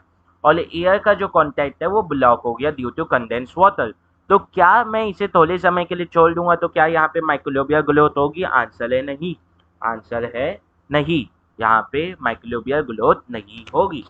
वहीं अगर मैं इसकी नेक यहाँ से ब्लैक कर दूँ, वहीं अगर मैं इसकी नेक यहाँ से ब्लैक कर दूँ, जैसे यहाँ पे इसकी नेक यहाँ से ब्लैक कर दी जाए, जैसे यहाँ पे इसकी नेक यहाँ से ऐसे ब्लैक कर दी जाए, तो क्या अब ये एयर के कॉन्टैक्ट में आ गया? आंसर है यस, अब ये एयर के कॉन्टैक्ट में आ गया। तो क्या यहाँ पे माइक्रोबियल ग्रोथ होगी? आंसर है यस, यहाँ पे माइक्रोबियल ग्रोथ होगी। तो इसका मतलब लिविंग बीइंग कहीं से भी ग्रो नहीं हो जा रहे, उन्हें प्री एग्जिस्टेंट लाइफ की जरूरत तो है ही, हाँ कि ना, यस सर, हाँ कि ना, यस सर। अब आते हैं, अल्लाह ने थ्योरी ऑफ बायोजेनेसिस के तीनों एक्सपेरिमेंट पढ़ लिए। अब आते हैं हम आगे की थ्योरी में, आगे की जो दो थ्योरी बचती हैं एंशिएंट थ्योरी के अंदर, वो दो थ्योरी में हम लोग आते हैं। और वो दो थ्योरी में से पहली थ्योरी है, यानी फोर्थ थ्योरी है, तो नंबर में बता देते हैं कॉस्मिक थ्योरी।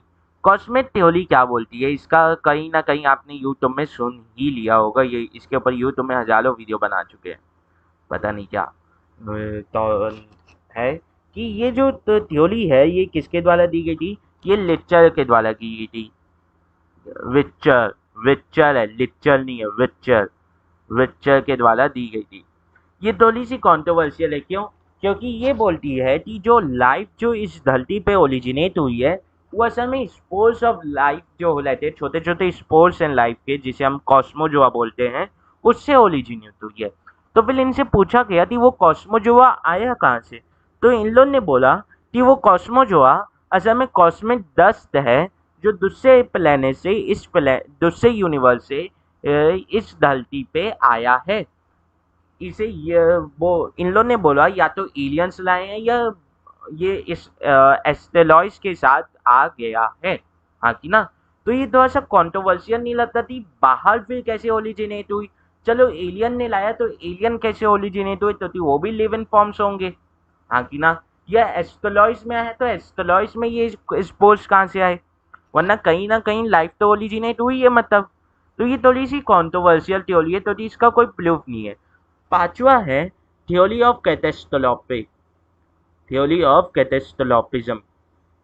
कैटेस्टोलॉपिज्म क्या होता है, महामारी या ताकत है लार्ज डिस्ट्रक्शन अर्थ का, अर्थ में बहुत ज़्यादा लार्ज डिस्ट्रक्शन होता है, नाश होता है, तब उसे कैटेस्ट्रोलॉपी बोलते हैं। और थ्योरी ऑफ कैटेस्ट्रोलॉपिज्म ये बोलता है कि नेचर अपने आप तो कुछ समय बाद, हर कुछ समय बाद रीसेट करता है, और वो रीसेट करने के लिए वो क्या लाता है, अपने ऊपर कैटेस्ट्रोलॉपी लाता है।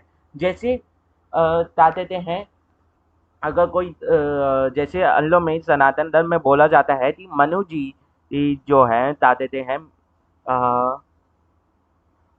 मनु जी ने चाहते हैं वो सभी सभी प्राणियों की स्पीसीज से क्या लिया था, एक एक जानवर लिया था, एक मेल और एक फीमेल, और उसे एक बोट में बैठाते, जिस बोट को कहते हैं विष्णु जी मत्स्य अवतार में सपोर्ट कर रहे थे। और जब कश्यप के भाई हिरण्य यक्षक ने कहते थे पानी में डुबो दिया था, तो उस समय उन ऑर्गेनिज्म की स्पीसीज को लुप्त होने से बचाया था, हाँ कि ना। यस सर, ठीक है। तो क्या हुआ था कि हिरण्य कश्यप का भाई जो था हिरण्य यक्षक, उसने क्या किया था, उसने वो माना वरदान टी देव से, और टी देव ने दे दिया। अब क्या हुआ, उसने क्या किया, धरती को लेके उसने जो कॉस्मिक वाटर है, जो कॉस्मिक ओशन है, वहां जाके डुबो दिया। अब उससे क्या हुआ, जब पानी में धरती जब पानी में डूब गई, तो यहाँ पे क्या हो गया, यहाँ पे तो वो आ गया, वो पूरी धरती जो है वो पानी में डूब गई, तो यहाँ पे कैटेस्ट्रोलॉपी आ गया। तो मनु जी ने फिर विष्णु जी से वो मांगा कि चाहते हैं कि देव आप धरती पे प्लानों की रक्षा कीजिए। तो विष्णु जी ने बोला कि आप पे बोट पे चाहते हैं सभी स्पीशीज के ऑर्गेनिज्म के एक एक कपल को, मेल फीमेल को वो कीजिए, ताते लाइए, और उस बोट को, उस जो वो है शिप को मैं अपने मत्स्य अवतार में सपोर्ट करूंगा, हाँ कि ना। यस सर, ठीक है। तो ऐसे एक हमारे में हिस्ट्री है, हमारी क्या है, ये हिस्ट्री है, ठीक है। तो ऐसे जल संकट इसे बोलते हैं। हाँ, मुझे शब्द याद नहीं आ रहा था, कब से याद करने की वो याद कर रहा था। जल संकट इसे बोलते हैं। तो आप जल संकट की कथा लिखेंगे ना तो पता चल जाएगा, हाँ कि ना। यस सर, तो समझ में आया। वैसे ही बहुत से अलग रिलीजन में भी अलग अलग कैटेस्ट्रोलॉपी के बारे में दिया गया है। तो ये बोलता है कि हर एक कैटेस्ट्रोलॉपी के बाद अर्थ अपने आप तो रीसेट करती है और न्यू लाइफ ओरिजिनेट करती है। तो ये बहुत से रिलीजन में भी माना जाता है, और बहुत से इससे मानने के लिए हैं कि जैसे आइस एज आया, ये सब जो है ये कैटेस्ट्रोलॉपी ही है। पर इसका कोई एकदम परफेक्ट वो नहीं मिला, प्रूफ नहीं मिला। हाँ, कैटेस्ट्रोलॉपी का भी तो हिंदी शब्द प्रलय होता है, धरती पे क्या आता है, प्रलय आता है। मैं कब से हिंदी अनुवाद इसका याद कर रहा था यार, याद ही नहीं आ रहा था। हाँ, अब याद आया, प्रलय, प्रलय आ जाता है, जल संकट आ जाता है, हाँ कि ना। जैसे जल का प्रलय, जल संकट हो जाता है, ठीक है। तो ये किसके द्वारा किया गया था, ये कैवियर के द्वारा दिया गया था, हाँ कि ना। यस सर, तो बस यही थ्योरी थी एंशिएंट थ्योरी के अंदर, बस इतना सही था, ठीक है। तो चलते हैं अब बस। जय श्री राम, हर हर महादेव, जय खाटू श्याम। अब अगले में मॉडर्न थ्योरी करेंगे।